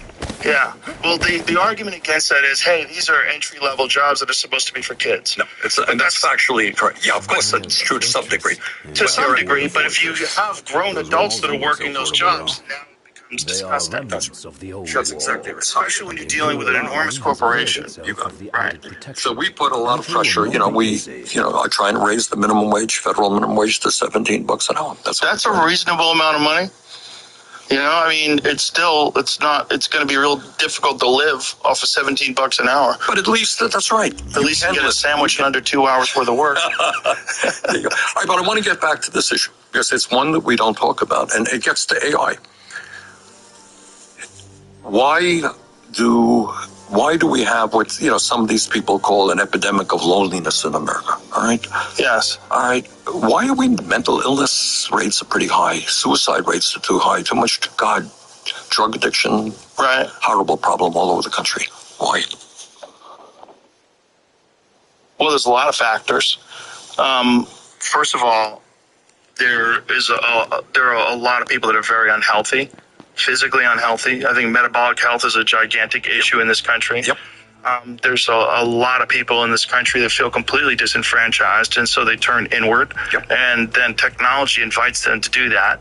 You get online and you spend your time staring at a screen, having communications with people, arguing on Twitter all day, changing the flag in your bio from Ukraine to Palestine, and now you got an Iranian flag. You're just like in a constant state of anxiety and chaos. You're dealing with the entire problem, the problems of the entire world. You're dealing with 8 billion people's worth of problems every day. I think that's unsustainable. And then that's also a function of technology, because this interaction that we have is unprecedented. Right. The interaction with the news, with each other, all this stuff we're not designed to handle. And it gives you massive anxiety, particularly for young people. Particularly, Jonathan Haidt's written about this with young girls who have the biggest problem with social media, comparing themselves to other people, massive increase in self-harm, suicidal ideology, depression, anxiety, all this stuff accentuated by technology and our unchecked use of it. I think you hit the nail on that. And so I think we got to take a deep breath and understand that we got to figure out how we make technology work to improve human life. Right. Not to hurt you. Don't you think this is the 11th hour? I think it is. Yeah, this is the problem with it is like it's already the genie's out. The genie's out of the box. There's no question about it. But we can't sit around and just do nothing. But this is the real issue. When it becomes a problem where you have massive automation of almost all jobs, which is something that, especially when you deal with a corporation that is entirely based around making the most amount of money possible. Well, what better way when you don't have to pay them anything? You got it. There are signs, I don't know if you've seen them, signs advertising from AI companies. What was they saying? Don't hire humans, something like that. Did you see that posted? That's adorable. Don't hire humans. Right. That's demonic. It is. Yeah, but also from the perspective of a corporation where you deal with human issues, problems, mistakes, people showing up late. Why do I need you when I can get a robot? Exactly. All right, you're not going to get sick. Right. You know, I can fix you a lot easier than paying for your health care and so forth. Right. So what do you do? What do you do about that? So if you're the president and President Sanders, we have this issue, the whole country is going to go automation. What do we do? All right. First of all, we make the determination that we are not going to let a handful of CEOs make these decisions, that they're going to be made by the American people. What does that mean? Bottom line, it means that technology is going to work to improve us, not just the people who own the technology and the CEOs of large corporations. What does that mean? All right, first thought. Hell no. Get out of here. Oh my god, all these stupid tech companies, advertising on other stupid tech companies. They love each other, they circle jerk each other with money. Fucking tech companies, bro. I swear, it's all they do. All day, every day, just circle jerk each other. Holy fuck, that's level 58? What the hell? What the hell? Are they both level 58? Uh-oh. What level is that thing? I think it's probably level, yeah, that's level 58 too. You can't beat that. Kidding me? Not yet. That's too overpowered. Level fucking 58, bro. Like, is this supposed to be some type of joke? I'm supposed to fight a level 58 at what? Level 37? You can't do that, Eggland. You can't do that, Eggland. Eggland.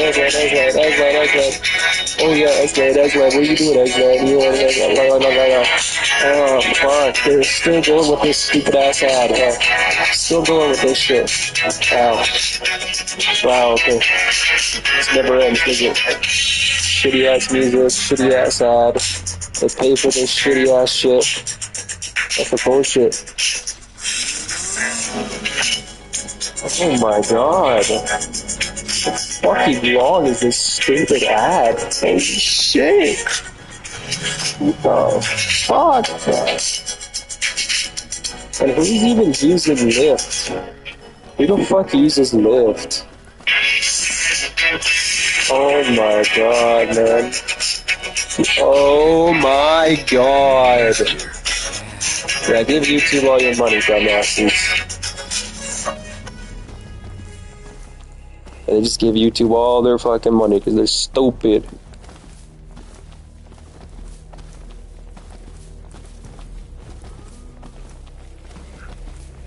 You are a worker. Your productivity is increasing because we give you AI, right? Right. Right. Instead of throwing you out on the street, I'm going to reduce your work week to 32 hours. All right? So that would be nice. 4-day work week. Exactly. Nice. And by the way, not a radical idea. Not a radical idea at all. There are companies around the world that are doing it with some success. The UAW, the United Automobile Workers, they had a big strike a year ago. You remember, against the Big Three? You remember that? Mm-hmm. And they won a very good contract, and I'm a big fan of the trade union movement. I think workers need that. And one of their demands, interestingly enough, and people thought that Sean Fain, who was the president of the union, was crazy. But Sean said, you know what, we want a 32-hour work week because our people are producing more. People thought he was crazy, but the idea is catching on. So first thing to say is, let's use technology to benefit workers. That means give you more time with your family, with your friends, for education, whatever the hell you want to do. You don't have to work 40 hours a week anymore. Second thing I think we have got to do is take a look, as you just said, you said it, better than I said it, is what does it mean that we have so many young kids living on the internet? Right. All right. There are schools all over the country now who are getting cell phones out of schools. I talk to teachers in Vermont, and they say, you know, the kids' attention spans now have been greatly diminished. Yes. You know, how do we deal with that? In Vermont, again, there was somebody told me that there's a teacher now who he demands that his students write with a pen in blue books now, because he doesn't trust what they're sending in, that it's not artificial intelligence. All right? So if I say to you, all right, Joe, tell me what happened in the American Revolution, you go to the chat box, you give a wonderful essay that you know nothing about, right? Right. What does that mean for your intellectual development? That all you can do is press a button and give me an answer. Right, unless you've absorbed that information. Unless you have. Right. Many kids are not, and we got to worry about that as well. So I think we have to take a deep breath. And many of the things, what has been the impact of all this stuff? How do we stop the negative impacts? How do we go forward with what is positive? And it is not easy stuff, to be sure. But I just don't, what I worry about right now is I think artificial intelligence is going to displace millions and millions of workers. People are going to be thrown out on the streets. I think the corporate guys who are running these companies could care less about these workers. I think robotics is going to be running a lot of the factories in America. And I think these issues we just have got to address in a bold way. Yes. How do you do that? And like you're balancing it out. In one way, if you are a corporation, like imagine you're an automobile manufacturing corporation. You're Ford. Ford is struggling right now. There's a giant issue with Ford, right? So what does Ford do if all of a sudden something comes along that allows them to be more productive? They're more profitable. These machines can work 24 hours a day, 7 days a week. They don't need time off. And you're going to make a better product. You're going to make more money for your shareholders. The corporation succeeds. But you don't need X amount of workers anymore. How do you mitigate that? I mean, that's the right question. Right. What do you do? All right, nobody has a simple answer. Let's just talk about it. Does corporate America have the right to say to workers throughout this country, hey, sorry guys, we don't need you anymore. Have a nice life, you're out on the street. Instead of thinking them as workers, should we think of them as, look, there are people that make the decisions. There's the executives. There's the corporation itself. But without the people that worked on those assembly lines, you have nothing. That's right. You have nothing. You couldn't have done any of the things you've done without those people. But those people are replaceable because it's skilled labor that you could teach another person to do, and they're replaceable because there's plenty of people that want those jobs, and there's a demand. So you file them in, you file them out, which is why they developed unions, right? So they developed unions to keep people from being exploited. Right. And then the problem becomes that unions get exploited. And then the unions have a lot of money. And then there's a lot of influence. And then they decide, okay, fuck these unions, let's go to Mexico. And these laws that Ross Perot famously talked about, the giant sucking sound headed south. Remember that? Yeah. Oh, I remember him well. Boy, was he right. Yep. Boy, was he right. Okay, let's get back to this issue of which... What do you do, like, if you're the president... I ain't no easy answers. Let me throw that out to you. I don't have a magical solution. I wish I did. I don't. I think the first thing, you say, all right, I'm Ford, I'm General Motors, I got all this technology, I can produce my products much more efficiently, I don't need workers anymore, right? Right. Well, I'm sorry, Mr. GM, and I'm sorry, Mr. Ford, because this country is more than just your profits.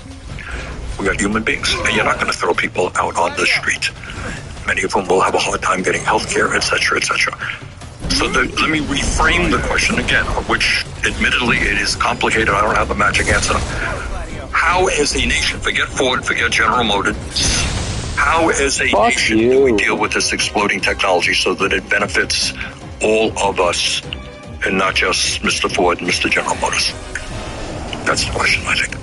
All right, and it's going to require radical solutions. So for a start, it gets back to something we talked about a little while ago. If you had healthcare as a human right, right? All right. As people in almost every other wealthy country have. and not attached to your job, that would be a major step forward, right? Yes, absolutely. All right, Joe, you lost your job, but you know what? Your family still has Right. healthcare. Imagine if you were diabetic and now you don't have access to insulin because now you no longer have. All right. Okay. So. Oh.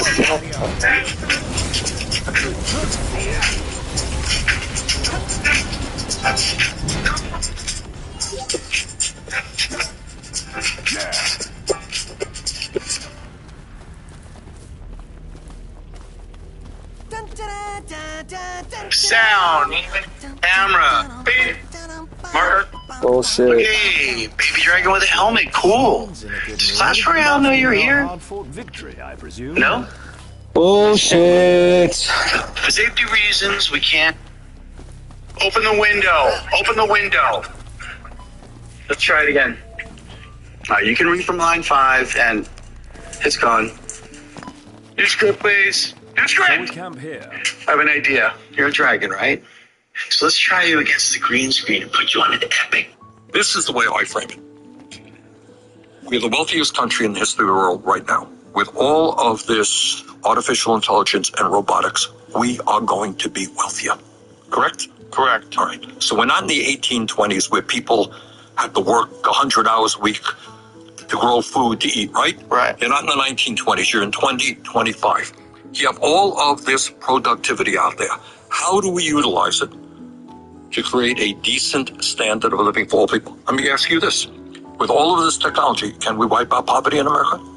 Well, we should be able to. Yeah, you should. Well, we should have been able to do that a long time ago if that was something that was politically motivated. Yeah. If you wanted to. But it's easy enough. Profitable. Pardon me? If it was profitable to wipe out poverty, which it should be. Like overall, as a community, like I said, less losers, higher GDP. If we love the country. Yeah, if you really love America, you want more people to have a chance. All right, so what kind, all right, good. I mean, so and again, please, these are complicated issues. I surely don't have all the answers. But I think we throw on the table, you got all of this technology. What is our goal? So, all right, our goal is if we're... They went down, the Reds went down to the site afterwards.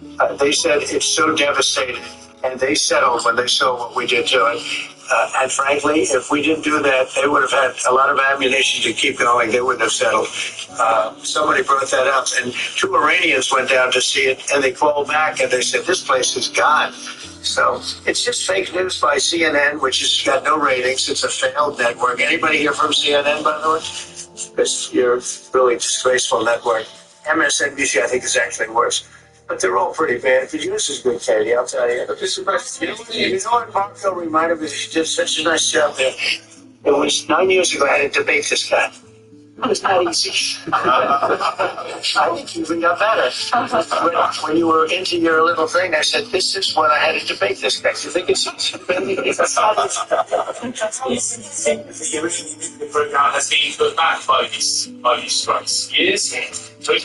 I think it's basically decades because I don't think they'll ever do it again. I just don't think they're going to do it. I think they're going to take their oil. They're going to have some missiles and they'll have some defense. I think they've had it. I mean, they just went through hell. I think they've had it. The last thing they want to do is enrich. If you're trying to do it, by the way, it's hard to enrich. And, you know, when you look at a site like that, very, very hard to build. Very, very hard, very expensive. They spent trillions of dollars trying to do this thing, and they didn't come up with it. And we're actually getting along with them very well right now. But had we not succeeded with that hit ended the war. That hit ended the war. I don't want to use an example of Hiroshima. I don't want to use an example of Nagasaki. But that was essentially the same thing. That ended that war. This ended that with a war.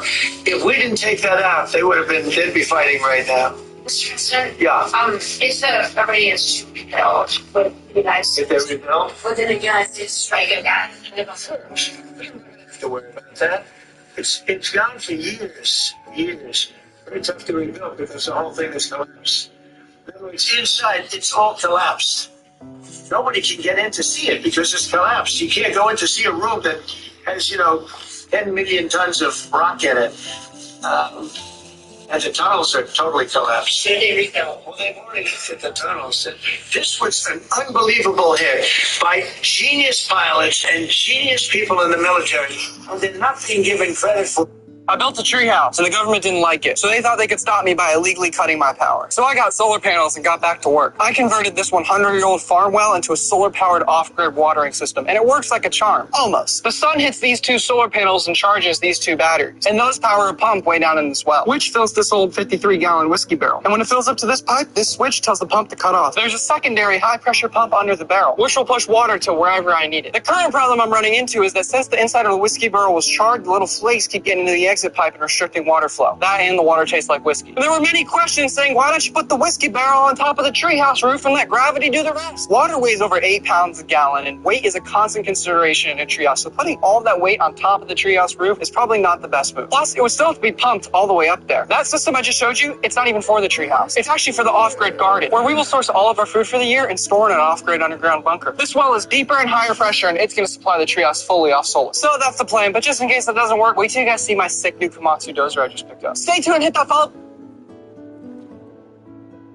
6 months from now, if you feel slightly better in the mental health world, we can talk about the finances on your part. This isn't a, I'm done because I hate you. No, you're a very nice person. You're pleasant, okay? And I want you to go do the career things you want to do. Maybe we don't even do that until you deal with this mental health stuff a bit more. Which is why I didn't try to go to law school this year. No, you did. You failed the test. I did.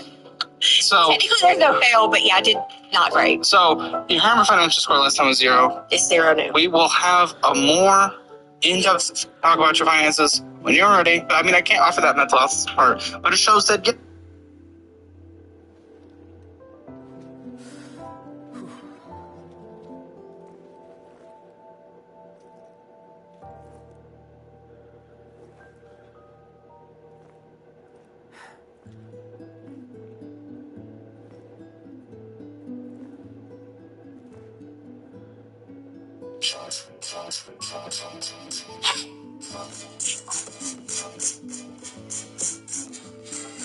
So this was going around for the other day. An article published in the New York Times. Men, where have you gone? Please come back. So many men have returned. So Donald Trump and all of his MAGA minions, many of his MAGA minions, I guess I should say, have been lying to the country for days.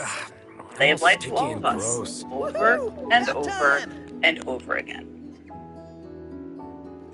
Iran's key nuclear enrichment facilities have been completely and totally obliterated. Those pilots hit their targets. Those targets were obliterated. We have obliterated the Iranian nuclear program. We are confident, yes, that Iran's nuclear sites were completely and totally obliterated.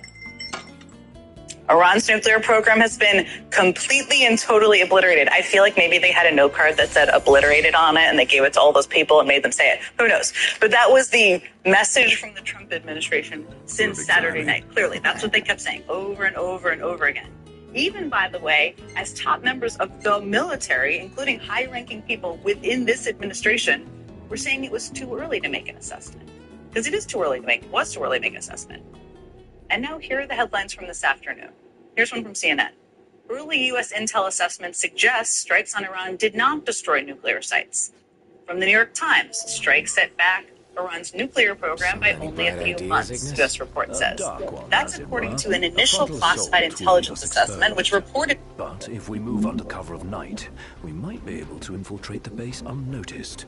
And until then, we learn all we can about the base's design and attempt to narrow down the regalia's location. I'll analyze what intelligence we have available to find us a way in. Sounds good, Specs. All right, we're gonna get our wheels back.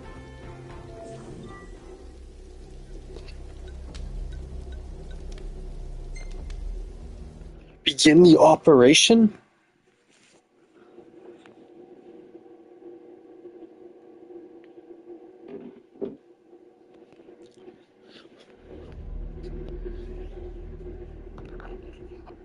Our goal is the regalia. The last thing we want is to engage an entire garrison. Avoid detection at all costs. In and out before it gets light, then. Indeed. Even if it means leaving the task unfinished, we withdraw before we overstay our welcome.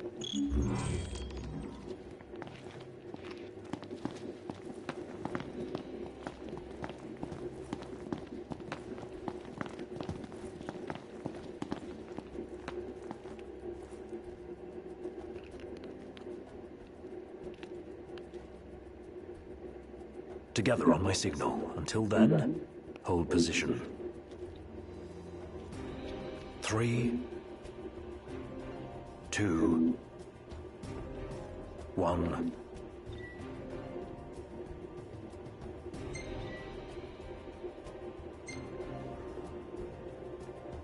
Now.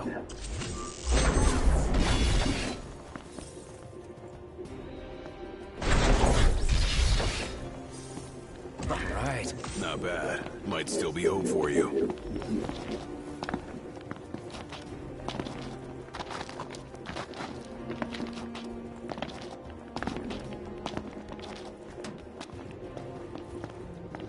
Stop.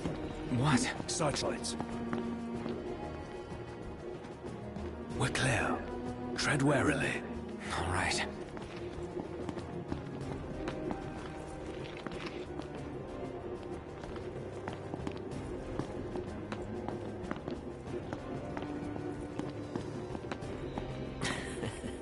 Hey.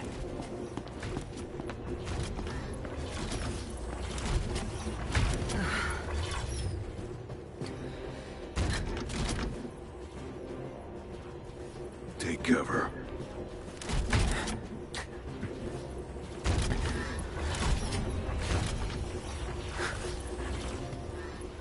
It's gone. Magitech armor. Don't want to mess with one of those. We shouldn't have to, if we keep to the shadows. Right.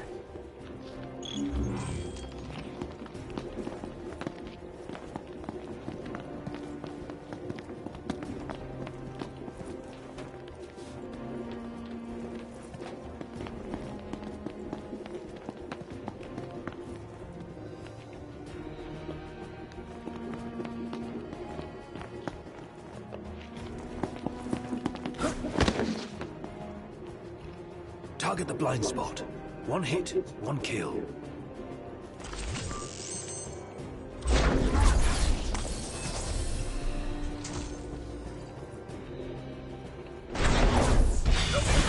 Get spotted. Take care of it before the alarm's raised.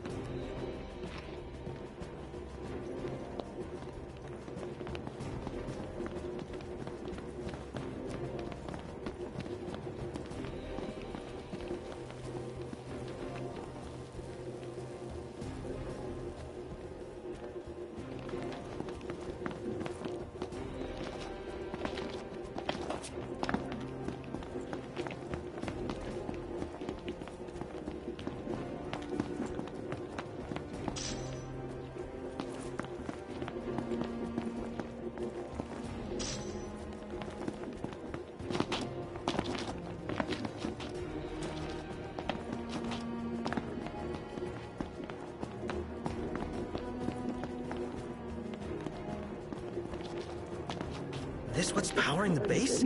A Magitech generator of some description.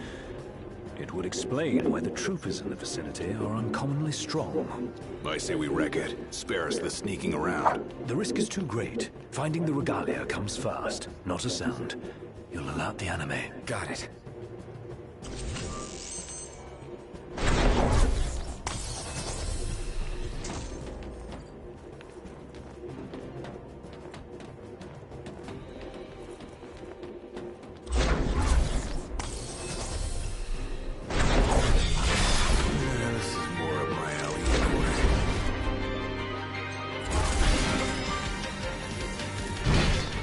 Let's be done with this riffraff.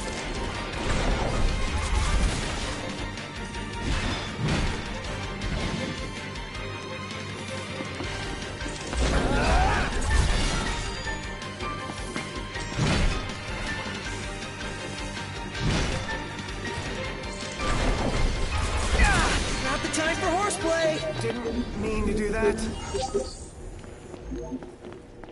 No use hanging around here. Indeed.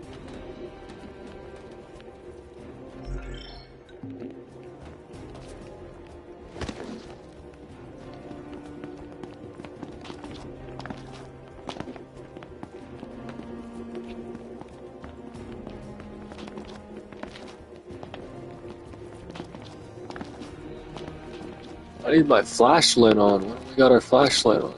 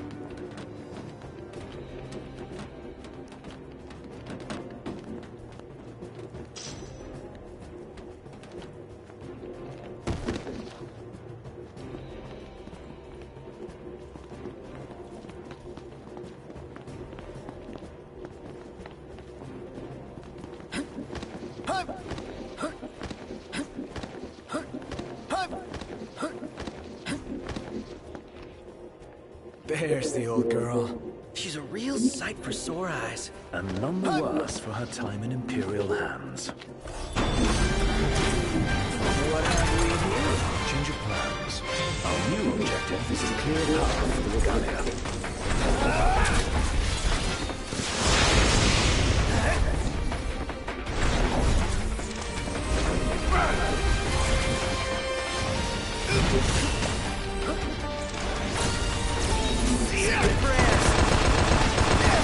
Try this exercise!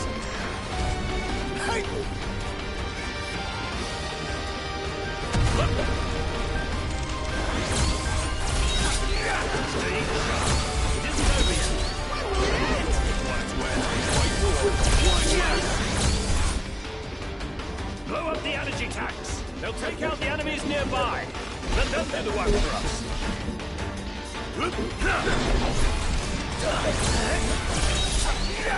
Get lost.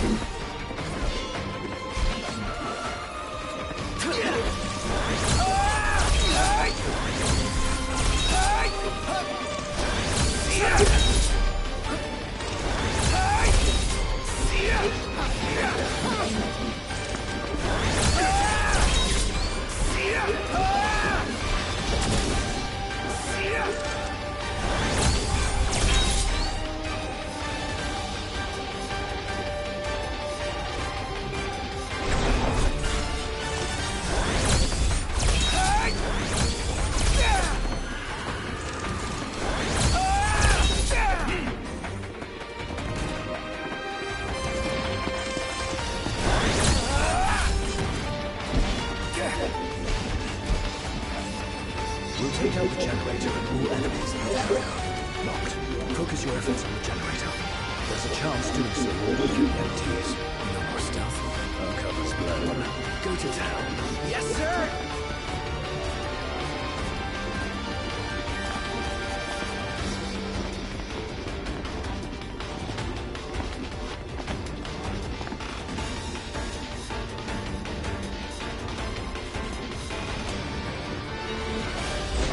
The entire base is fair game. Hold nothing back. Have to keep the enemy off balance.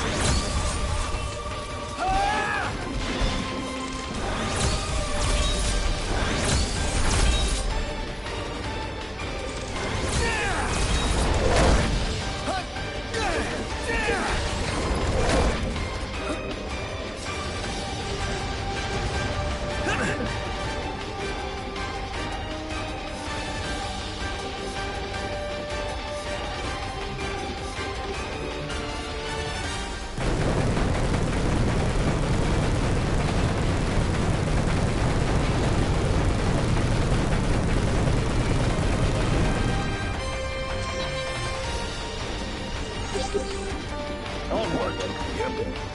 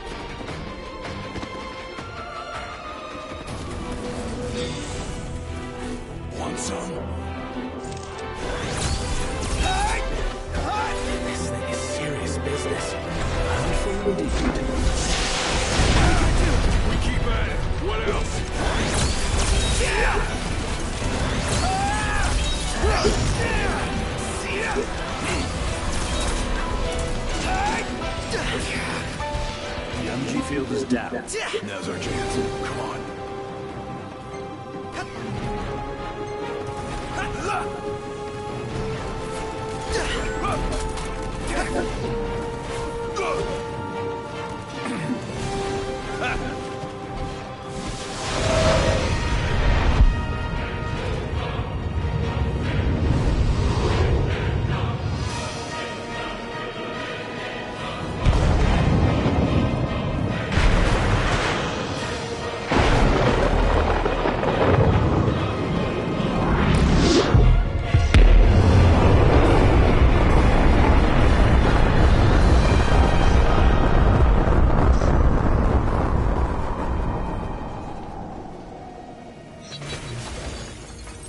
This is the might of the Six. Dude, that was hardcore! And it did the trick. The place is dead.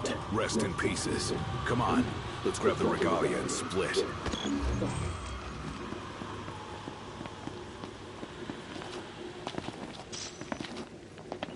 piece of cake, huh? This part is. Inadvertent though it was, we dealt the Empire a crushing blow today. The Marshal will be pleased to hear of this. Pretty sweet busting up that base. Bust a base. I like the sound of that for this sort of thing. There's a base, we go in and bust it up. Bust a base. Whatever, I'm calling it that. You don't have to. I won't. Seems a bit flippant. Why not go for something a little more epic? Because I thought of it first. So that's the name. Bust a base. Get used to it. Easier said than done.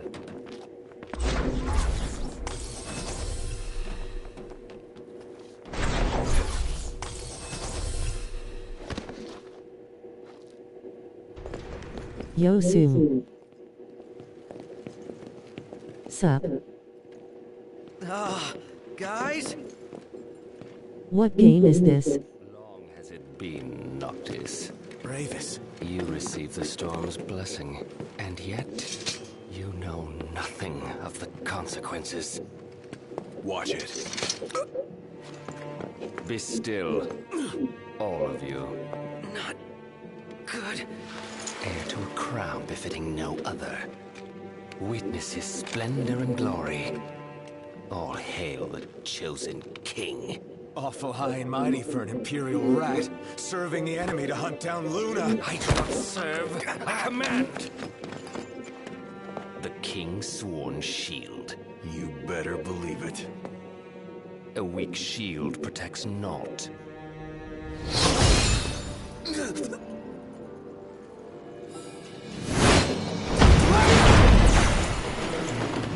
Hey!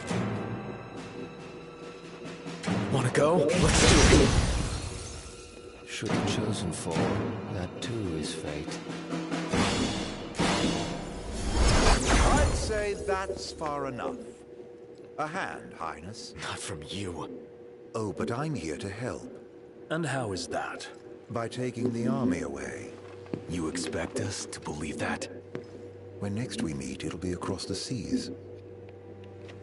Just so happens we have business of our own with the tutelary deity, don't we?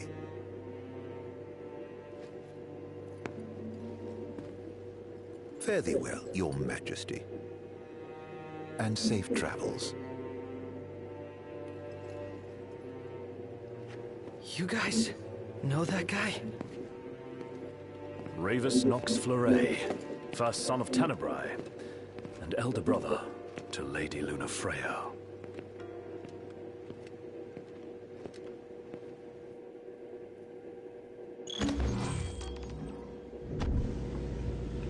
At long last, the Imperial blockades of Discayan roadways have been removed.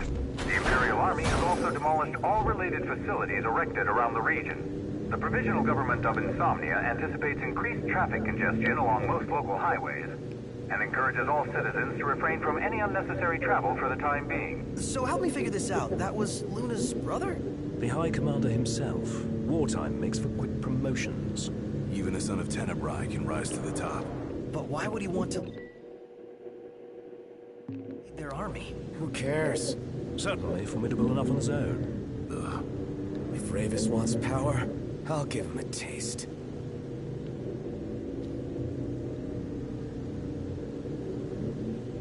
Alright. Alright, we didn't get in a fight there.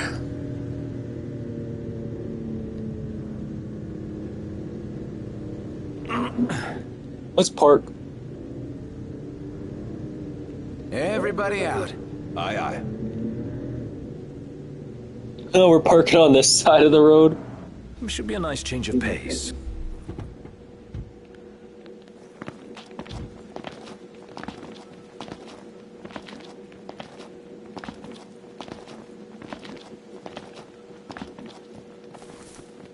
I wish it was like a boss fight, but Yeah, not that time. It wasn't a boss fight.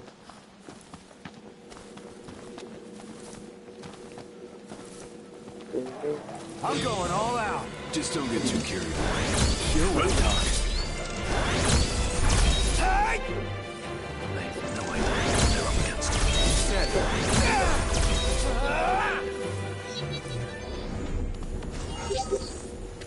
and on we go. Indeed. Right. Yeah, it's not a whole lot of XP for those things. They're low levels. Oh yeah, I should probably just continue. I want to collect more XP, but I'm not getting very much.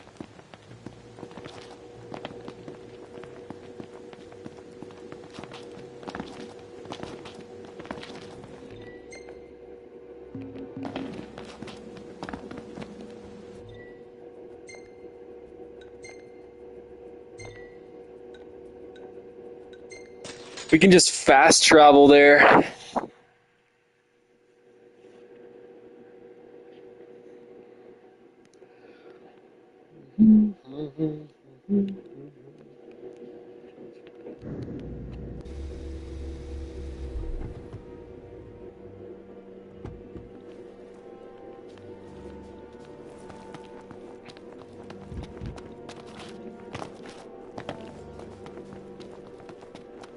Look how dirty we are. We need to sleep and clean our clothes.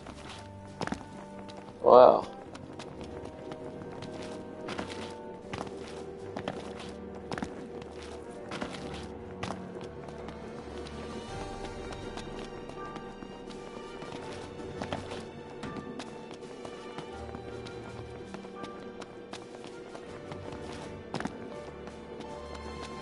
Oh, Gladdy. What's wrong? I let you down. I never made it to Kayam. The Empire. What do you do in that game? None of us said a word about Noct. They just showed up and then...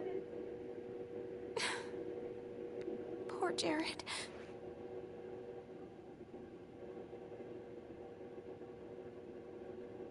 What do you mean? What happened to Jerry? There was nothing we could do!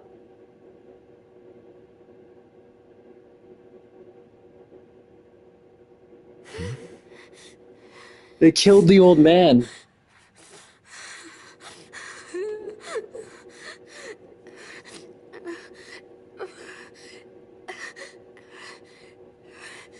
It's not right. We should have been here. Oh, so it's a story. I couldn't stop them. But I won't let... R.I.P. old man. They'll pay for what they've done. I promise. I believe in you, Prince Noctis.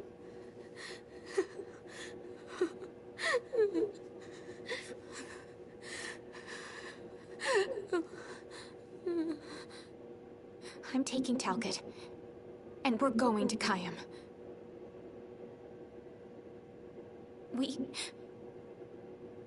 We can't just stay here and do nothing.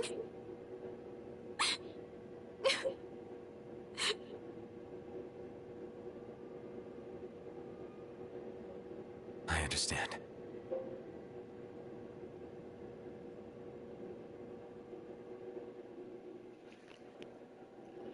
Prince Noctis to the rescue. Oh, we leveled up. Right? Yeah. Oh, what? Bro, I was 10 XP away from leveling up to 39. Fuck.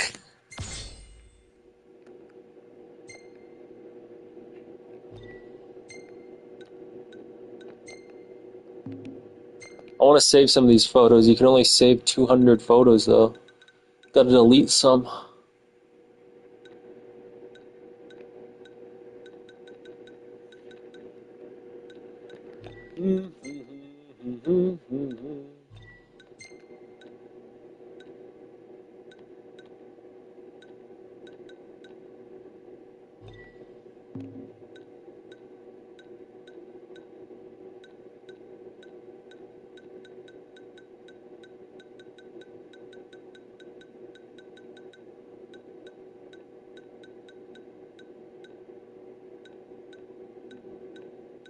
I think we have a photo of the old man and the kid somewhere in here.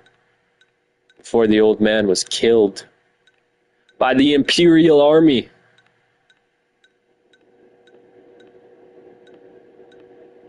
Where is it? Man, we're the same low, but for me 1 XP to level up at this point, just give it to me for free room. Yeah, exactly.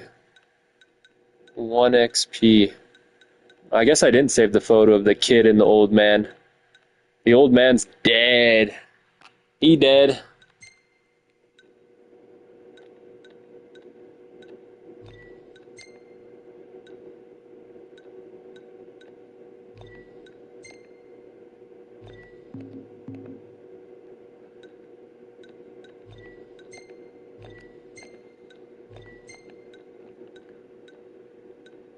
Oh, look at that photo.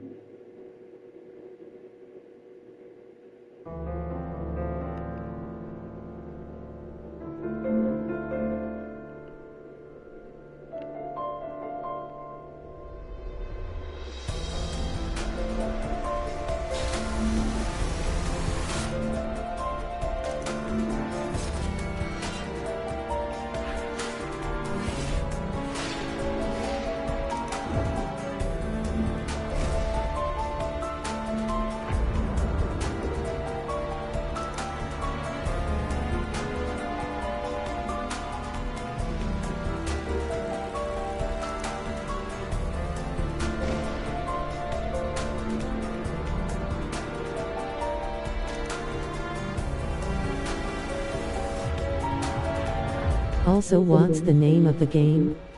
If I can, I might play it. Looks fun.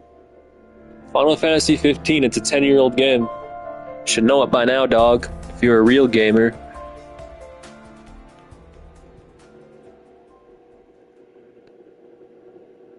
I'm always surprised by how many people don't know this game. This is one of the best games of all time.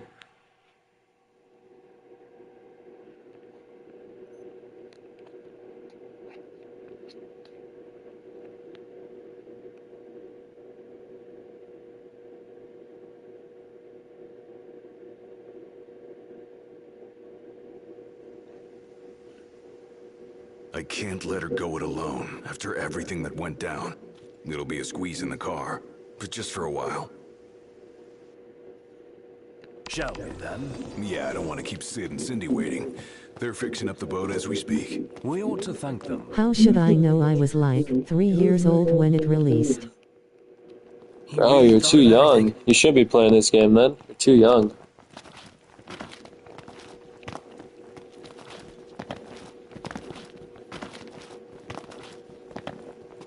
All you kids these days, all you play is Roblox and Fortnite. That's why the gaming industry's dying, bro. Nobody plays single-player games anymore. It's all just about the multiplayer garbage.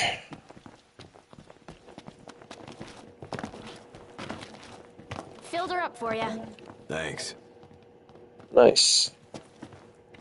Should we... I kind of want to keep training. We just need 10 more XP, and I'll be 39.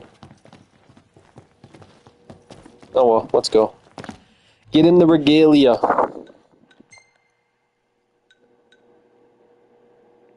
Oh, we gotta talk to her first. One sec.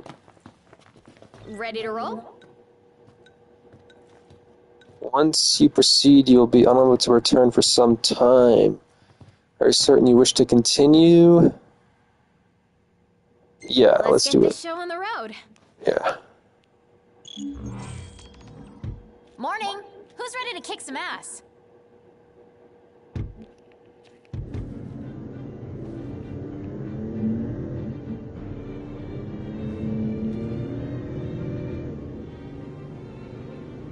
Oh, we're going with Iris? So we need to fix the car. Like, it's pretty broken now. We need to fix the car. Looking at the regalia really reminds me of home. It sure doesn't look like any of the cars you see around here. And it's a lot roomier, too. I can't imagine trying to cram 5 people, including Gladdy, into one of those things. Have you ever ridden in one? Can't say we have. There was barely enough room for our luggage. Thank goodness you guys could give me a lift. Think the others made it to Kayam all right? I suppose we'll find out when we get there.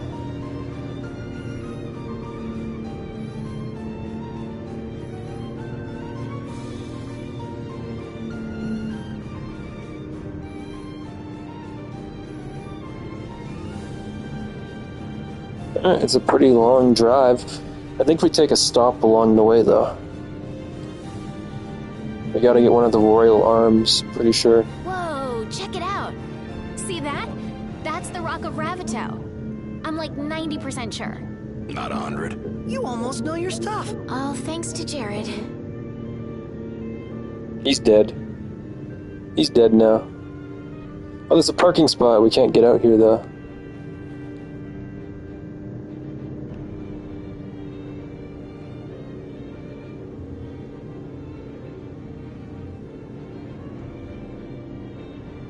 Thank you for driving, Ignis. Pleasure. Are you the only one that drives? I can drive. So can I. It's not like Iggy's the only one who can drive. He's just the only one we can trust. Wow, are they that bad? Not bad at all, right? Right. But there's no way the big guy's taking any chances with his little sister in the car.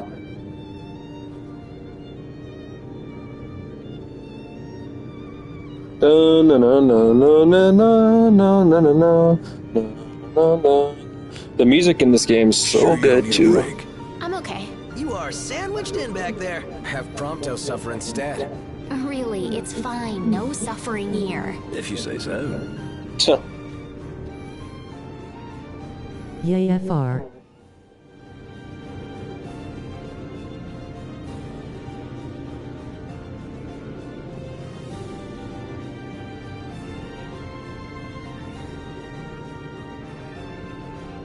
Look how destroyed the car is.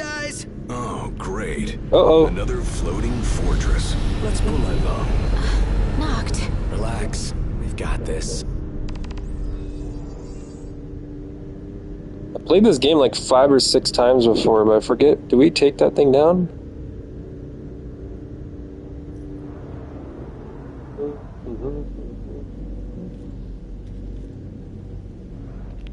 Yeah, looks like we're going for it. Taking matters into hand. Delivering justice for Jared. And for Talcott, too. Iris, I'll need you to wait here. All right. Time to deliver justice for Jared, the old man. Only fools rush in. I suggest we review our intelligence and devise a plan. I'm good. We'll just rush in. So I need to go across the bridge to the fort. But I want to see what's down here. There should be some items and stuff. I've been over here. Taking the thing down. Alright, thanks, bro. Oh, I don't see any items down here.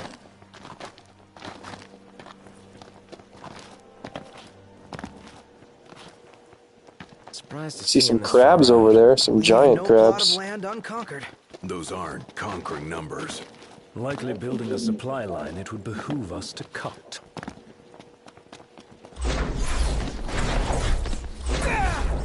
Alright, let's get out of here. Let's go across the bridge.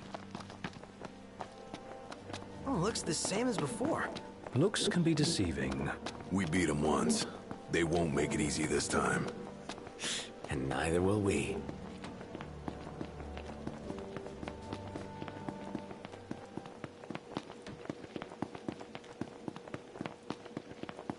You think Iris is doing all right? She is all alone. She's a big girl. She'll be fine.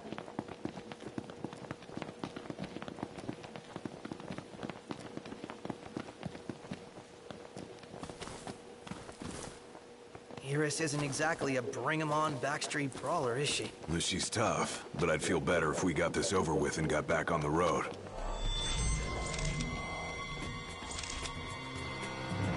Come on. We're outnumbered. I propose we take them out one by one. Could you propose a way to Oh. finish this faster? Watch yourself. Didn't block it in time. Oh, block it. Yeah, there we go.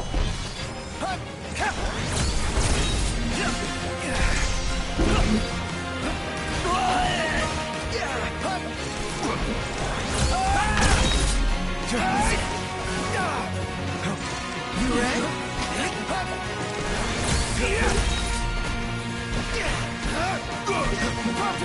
You ready? Gotta love it.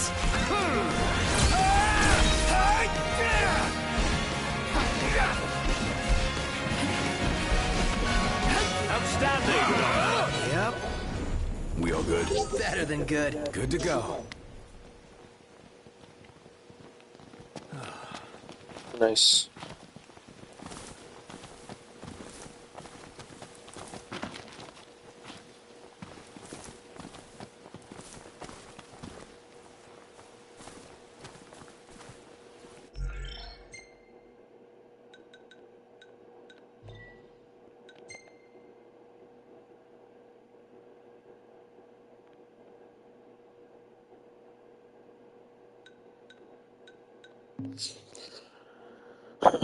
Alright.